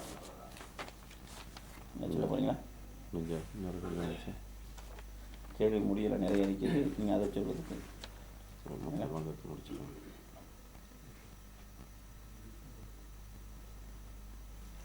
பெற்றோர்கள் மௌத்தான பின் கபரில் அவர்களின் நிலையை பிள்ளைகள் கனவில் காணலாமா, காண்பதற்கு துவா செய்யலாமா என்று கேட்குறாங்க. இறந்தவங்களுடைய உண்மையான நிலை என்னங்கிறத நம்ம கபரில் காணலாமா, காண்றதுக்கு துவா செய்யலாமா என்று கேட்டால், மௌத்தா போனவங்களுடைய உண்மையான நிலை என்னங்கிறத அறிகிறதுக்கு நீங்கள் ஆர்வப்படாதீங்க. அப்படி அறிகிறதுனால எந்த இதுவும் கிடைக்கப்போகுது. ரசூலுல்லாஹி ஸல்லல்லாஹு அலைஹி வஸல்லம் காலத்தில் சஹாபாக்கள் ஆர்வம் காட்டியிருக்கிறாங்க. ஒரு சஹாபி பெண்மணி அவங்களோட புள்ள மௌத்தான நேரத்தில் வந்து கேட்குறாங்க, என்னோட புள்ளோட நிலை என்ன சொல்லுங்கள், அவன் சொர்க்கத்தில் இருக்கிறான்னு சொன்னால் நான் சந்தோஷப்பட்டுக்குவேன், அது வேறொன்றில் இருக்கிறான்டா என்ன செய்வேன்னு எனக்கே தெரியாதுன்னு சொல்கிறாங்க. அப்போ ரசூலுல்லாஹி ஸல்லல்லாஹு அலைஹி வஸல்லம் சொல்கிறாங்க, உன்னோட புள்ள சொர்க்கத்திலையும் ஆக உயர்ந்த ஜன்னத்துல் ஃபிர்தௌஸில் இருக்கிறான் என்று ஆறுதல் சொல்கிறாங்க. இப்படி நடந்திருக்குது. சிலர் வந்து அதான் ரெண்டே எடுக்கலாம். நீங்கள் சிலர் வந்து உதாரணமாக என்னோட வாப்பா எங்கே இருக்கிறான்னு கேட்டிருக்கிறாங்க, ரசூல் தான் பதில் சொல்லியிருக்காங்க. அப்போ நாங்கள் இப்போ அதை அடைஞ்சி கொள்றதுக்கான ஒரு வழி ஒன்று கிடையாது. சில நேரங்களில் கனவுல காட்டப்பட்டால் உண்மையாக இருக்கிறதுக்கும் வாய்ப்பு இருக்குது. ஏன்னா நபி ஸல்லல்லாஹு அலைஹி வஸல்லம் அவங்க முன்னறிவிப்புகள் நுபுவத்தில் இருக்கக்கூடிய எல்லா பகுதியும் இல்லாமல் போச்சுது, இந்த கனவை தவிரன்னு சொன்னாங்க. கனவுல சில நேரங்களில் முன்னறிவிப்புகள் செய்யப்படலாம். இதில் ஒரு கேள்வி கேட்கப்பட்டிருந்துச்சு, அதாவது தற்கொலை செய்தவர்களுடைய கடைசி முடிவு என்னங்கிறது. அது சம்பந்தமாக ஒரு சஹாபி ஒருவரை கனவுல கண்டார், தற்கொலை செய்து கொண்ட ஒருவரை. அவர் தான் நல்லா இருப்பதாகவும் தான் தற்கொலை செய்து கொள்வதற்கு பயன்படுத்திய அந்த பகுதி மட்டும் மோசமாக இருக்கிறதாகவும் சொன்னதாக சஹீஹுல் முஸ்லிமில் ஒரு அறிவிப்பு வருகிறது. எனவே கனவுல ஒரு செய்தி சொல்லப்படுறதுக்கு வாய்ப்பு இருக்குது. அப்படி சொன்னால் அது அதாவது அல்லாஹ்வுடைய புறத்தில் இருந்த அந்த கனவாக இருந்தால் உண்மையாக இருக்கிறதுக்கு வாய்ப்பு இருக்குது. நீங்கள் இறந்து போனவங்க என்ன நிலையில் இருக்கிறாங்கிறத அறிஞ்சு கொள்றதுக்கு ஆர்வப்படுவதை விட அவங்களுக்காக நம்ம தொடர்ந்தாக பெற்றார்களாக இருந்தால் அவங்களுக்காக நம்ம தொடர்ந்து அவங்களுடைய கபருடைய வாழ்க்கை நலவுக்காகவும் மஹ்ஷருடைய மறுமை வாழ்வு நலவுக்காகவும் துவா செய்வதை நாங்கள் வழக்கமாக கொள்ள வேண்டும். எல்லா மூமின்களுக்கும் கபர் நெருக்கடி உண்டான்னு கேட்குறாங்க. கபருடைய நெருக்கடியை பொறுத்தளவில் எல்லாருக்கும் ஒரு முறை கபரு நெருக்கும் என்கிற கருத்தில் ஹதீஸ்கள் வருது. தொடரான அந்த நெருக்கடிங்கிறது நல்லவங்களுக்கு இல்லை. கபர் முதல்ல ஒரு முறை எல்லாரையும் நசுக்கும் என்கிறதுக்கான அறிவிப்பை நாங்கள் பார்க்குறோம். நபி ஸல்லல்லாஹு அலைஹி வஸல்லம் அவங்க முஆத் இப்னு ஜபல் சாத் ரலியல்லாஹு அவங்களுடைய ஜனாசாவின் போது சுப்ஹானல்லாஹ்னு சொல்லி சொன்னாங்க. சஹாபாக்கள் என்னென்னு கேட்டபோது கபூர் அவரை நெருக்குனதை நான் கண்டேன், புறவு விட்டுச்சு. கபூரில் ஒரு நெருக்குதல் இல்லை என்று சொல்லி சொன்னால் சாது அதுலேருந்து தப்பியிருப்பார் என்ற வாசகத்தின் மூலமாக எல்லாரும் ஒரு முறை நெருக்கப்படுவாங்க. நல்லவங்களாக இருந்தால் அதில் அப்புறம் விடுதலை கிடைக்கும், கெட்டவங்களாக இருந்தால் அந்த நெருக்கடி தொடரும் என்பதை தான் நாங்கள் ஹதீஸில் இருந்து பார்க்குறோம். சொல்கிறீங்களா? பெண்கள் சைட்லேருந்து ஏராளமாக கேள்வி வந்திருக்குது. பெண்களுக்கு முக்கியத்துவம் கொடுக்கறதுனால ஒரு அளவில் தான் முக்கியத்துவம் கொடுக்கலாம். இங்கே வேறு அந்த ஏற்கனவே ஒரு பதில் சொல்கிறதாக சொல்லப்பட்டிருந்துச்சு, அந்த பதிலுக்காக முபாரக் மதியா மட்டும் கொடுக்குறேன். கேளுங்க டாக்டர், கேளுங்க. 10 இடங்கள் சொல்லக்கூடாத இடங்கள் நல்ல விஷயங்கள் அடக்கஸ்தலம் கன்ஃபார்மாக இருக்குது. அப்புறம் வந்து கபூர் மீது மஸ்ஜித் சில மஸ்ஜிதுகளில் சொல்லக்கூடிய பகுதிகளிலேயே அடக்கஸ்தலம் இன்னமும் வச்சிருக்கிறாங்க. அதுவும் ஒரு டைப்பு. இன்னொரு டைப் என்னன்னாக்கா சில இடங்களில் வந்து கபிரிஸ்தான்கள் 100 வருஷத்துக்கு முன்னாடி அடக்கப்பட்ட இதுகளில் வந்து கம்ப்ளீட்டாக இடிச்சுட்டு புதுசாக பள்ளி கட்டியிருக்கிறாங்க. பள்ளி கட்டும்போது பார்த்தோம் அது தோண்ட போகும்போது சில எலும்புகள்லாம் வந்தது. அப்போ அந்த மாதிரி அடக்கஸ்தலங்களா இல்லை அடக்கஸ்தலங்கள்னு அதுக்கு மரியாதை கொடுக்கப்பட்ட அடக்கஸ்தலங்களா பள்ளிகளா அப்படிங்கிறதும் ஒரு சந்தேகம் இருக்குது அந்த பள்ளிகள் விஷயத்தில்.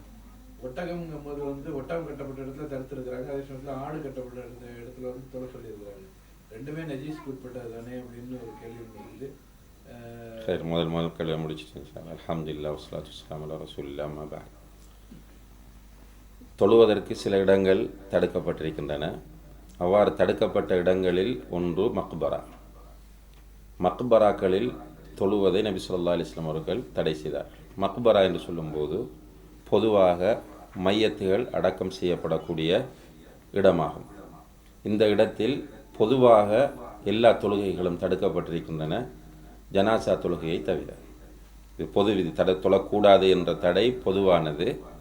ஜனாசா தொழுகை அதிலே விதிவிலக்கு அளிக்கப்படுகிறது. ஏனென்றால் நபி ஸல்லல்லாஹு அலைஹி வஸல்லம் அவர்களுடைய பள்ளியை ஒரு பெண்மணி சுத்தம் செய்து கொண்டிருந்தார். ஒரு நாள் அவர் வரவில்லை. ரசூலுல்லாஹி அலைஹி வஸல்லம் அவர்கள் கேட்கிறார்கள், அந்த பெண்மணி எங்கே என்று. சஹாபாக்கள் சொன்னார்கள், யா ரசூலல்லாஹ், அந்த பெண்மணி வஃபாத் ஆகிவிட்டார்கள். ரசூலுல்லாஹி அலைஹி வஸல்லம் அவர்கள் சஹாபாக்களிடத்தில் கொஞ்சம் கடுமையாக, அஃபலா ஆதன்துமூனி, எனக்கு நீங்கள் சொல்லியிருக்கக்கூடாதா அப்படின்னு கேட்டுட்டு சில சஹாபாக்களை அழைத்து கொண்டு அந்த பெண்மணியுடைய கபர் இருந்த இடத்தில் போய் ரசூலுல்லாஹி அலைஹி வஸல்லம் அவர்கள் ஜனாசா தொழுகை நிறைவேற்றினார்கள் என்பதை சஹீஹான ஹதீஸ்களில் பார்க்குறோம். எனவே இது விதிவிலக்கான ஒரு நிலை. இது மக்பராவில் தொழக்கூடாது என்ற செய்தியில் எந்த கருத்து வேறுபாடும் கிடையாது. ஆனால் பிரச்சனை எங்கே வருதுன்னு கேட்டால், சில பள்ளிகளில் கபர் இருக்கும், அவ்வாறான பள்ளிகளில் தொழலாமா என்பதில் கருத்து வேறுபாடு இருக்கிறது. அதில் முதலாவது விஷயம், நம்முடைய நாட்டுக்குள்ளே நீங்கள் போனால் சில இடங்கள் நான் பார்த்துருக்கிறேன், குறிப்பாக தமிழ்நாட்டில் பள்ளிவாசல் இருக்கும், நேரடியாகவே மக்பராவும் இருக்கும். இது ஒரு நிலை. இது பொதுவாக ரசூலுல்லாஹி அலைஹி வஸல்லம் என்ன சொன்னாங்கன்னா, லா தஜ்லிசு அலல் குபூர் வலா துஸல்லு இலைஹா, கபறுகளின் மீது உட்காராதீர்கள், கபறுகளை நோக்கி தொழாதீர்கள் என்று சொன்னார்கள். அப்போ இது கபறுகளை நோக்கி தொழுவதாகவே கருதப்படுகிறது. அப்போ அந்த பள்ளிகளில் தொழக்கூடாது. லேசான வழி என்னென்றால், இரண்டுக்கும் இடையில் ஒரு சுவரை ஏற்படுத்தி கொண்டால் சரி, மதிலை ஏற்படுத்தி மக்பரா வேறு பள்ளிவாசல் வளாகம் வேறு என்று இரண்டாக பிரித்து கொண்டால் பிரச்சனை முடிகிறது. அடுத்த ஒரு பிரச்சனை என்னென்றால், சில பள்ளிவாசல்கள் கபருக்கு மேல் கட்டப்பட்டிருக்கின்றன. ஏற்கனவே அந்த இடத்துல ஒரு புனிதமாக கருதப்படக்கூடிய கபர் அல்லது அறியப்பட்ட ஒரு கபர், இதில் கபர் இருக்கிறது என்று அறியப்பட்டிருக்கும், அதற்கு மேல் மஸ்ஜிதை கட்டியிருப்பார்கள். இவ்வாறான பள்ளிவாசல்களை பொறுத்தவரையில் அவை உடைக்கப்பட வேண்டும், அந்த பள்ளிகளில் தொழக்கூடாது. இன்னும் சில பள்ளிகள் இருக்கின்றன, பள்ளி ஏற்கனவே கட்டப்பட்டிருக்கும், கபர் உள்ளே கொண்டு வரப்படும். ஒன்று கபரு பள்ளிக்குள் கொண்டு வந்து கபரை ஆக்குவார்கள், அல்லது வெளியிலே இருக்கிற கபரை அப்படி பள்ளியை எக்ஸ்டென்ஷன் செய்து கபரை பள்ளிக்குள் ஆக்கி விடுவார்கள். இவ்வாறான பள்ளிகளில் பள்ளிக்குள் கபர் கொண்டு வரப்படுமாக இருந்தால் அந்த இடத்தை மாத்திரம் உடைத்து, கபர் இருக்கிற இடத்தை மாத்திரம் உடைத்து, அந்த கபரில் உள்ள எலும்புகள் இதை வெளியிலே எடுத்து மக்பராவில் அடக்கிவிட்டு அந்த பள்ளியிலே தொழலாம். அப்படி இல்லாமல் அந்த பள்ளியிலே அந்த கபர் இருக்கும் வரைக்கும் அந்த பள்ளியில் தொழக்கூடாது. இன்னும் சில பள்ளிகளுக்கு நீங்கள் போனால் கபறுகள் கட்டப்பட்டிருக்கும், ஆனால் பள்ளிக்குள்ளே இருக்காது. பள்ளிக்கு வெளியே கட்டப்பட்டிருக்கும். ஒன்று இடது பக்கம் அல்லது வலது பக்கம் அல்லது என்ட்ரன்ஸில் கட்டப்பட்டிருக்கும், பள்ளி தனியரிக்கும். உதாரணமாக சென்னையில் மண்ணடியில் நீங்கள் போனால் மஸ்ஜிதே மாமூர் என்று சொல்லி ஒரு பள்ளிவாசல் இருக்கிறது. அதனுடைய கபர் பின்னால் தான் இருக்குது, என்ட்ரன்ஸில் இருக்கிறது. பள்ளி ஓகே. இந்த பள்ளியை பொறுத்தவரையில் இதில் தொழுவது அவசியமான நேரங்களில் அனுமதிக்கப்படும். அவசியமான நேரங்கள் அனுமதிக்கப்படும் என்றால் என்ன கருத்து என்றால், பக்கத்தில் தூய்மையான ஒரு பள்ளிவாசல் இருக்கிறது, எந்த கபரும் இல்லை எதுவும் இல்லை என்றால் அந்த பள்ளிக்கு தான் போக வேண்டும். அப்படி இல்லை, அந்த ஏரியாவில் இந்த பள்ளியை தவிர வேறொரு பள்ளிவாசல் இல்லை என்று சொன்னால் அந்த பள்ளியில் போய் தொழலாம். ஏனென்றால் கபர் அந்த பள்ளிவாசலின் உள்ளே இல்லை என்பதுதான் அதனுடைய அர்த்தம். அல்லாஹ் தஆலா ஆலம். இரண்டாவது கேள்வியை பொறுத்தவரையில் ரசூலுல்லாஹி அலைஹி வஸல்லம் அவர்கள் ஒட்டகம் படுக்கக்கூடிய இடங்களில் தொழ வேண்டாம் என்று சொன்னார்கள். ஆடு கட்டக்கூடிய இடங்களில் தொழுவதற்கு அனுமதித்தார்கள் என்று வருகிறது. இது எப்படி புரிந்து கொள்வது என்று கேட்குறாங்க. பொதுவாக ரசூலுல்லாஹி அலைஹி வஸல்லம் அவர்களுடைய கட்டளைகளை நம்ம எப்படி பார்க்கணும் என்றால் தஅப்புதி என்ற அடிப்படையில் தான் பார்க்க வேண்டும். தஅப்புதி என்று சொன்னால் அல்லாஹ்வுடைய தூதர் சொன்னால் செய்வது. நியாயம் தேடிய பிறகுதான் நாங்கள் செய்வோம் என்கிற நிலைப்பாடு மூமின்களுக்கு இருக்கக்கூடாது.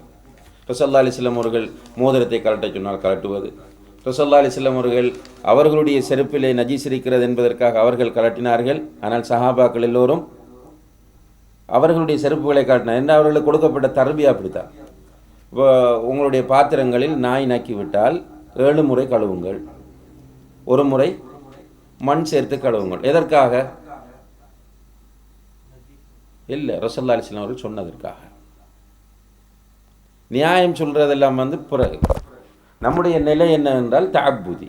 இப்போ ரசூலுல்லாஹி அலைஹி வஸல்லம் அவர்கள் இங்கே தொழக்கூடாது என்றிருக்கிறார்கள், அங்கே தொழுவதை அனுமதித்திருக்கிறார்கள். எனவே தொழக்கூடாது என்று சொன்ன இடத்தில் தொழுவதில்லை, தொழ அனுமதித்த இடத்தில் தொழுவது. வல்லாஹு தஆலா ஆலம். ஷைத்தான் ஒதுங்கும் இடம் எதுன்றதில் கருத்து வேறுபாடு இருக்கிறது. நேரடியாக ரசூலுல்லாஹி அலைஹி வஸல்லம் அவர்கள் எது என்று சொல்லவில்லை. குறிப்பாக ஷைத்தான் ஒதுங்கும் இடம் என்று காஃபிருடைய அது விளக்கம். அது காஃபிருடைய ஆலயம் என்பது விளக்கமாகும். ஷைத்தான் ஒதுங்கும் இடங்கள் என்று சொல்லும்போது பொதுவாக ரசூலுல்லாஹி அலைஹி வஸல்லம் அவர்கள் சொல்கிறார்கள், அதான் சொல்லப்பட்டால் ஷைத்தான் பள்ளிவாசலிருந்து விரண்டோடி எங்கே போய் சேருவான்? எங்கே போவான்? டாய்லெட்டுக்குள்ளே போவான். அப்போ ஷைத்தான் ஒதுங்கக்கூடிய இடங்கள் டாய்லெட்டுகள், அங்கே தொழக்கூடாது என்பதுதான் என்னுடைய கருத்தாகும். காஃபிர்களுடைய ஆலயங்களில் தொழலாமா இல்லையா என்பதில் கருத்து வேறுபாடு இருக்கிறது.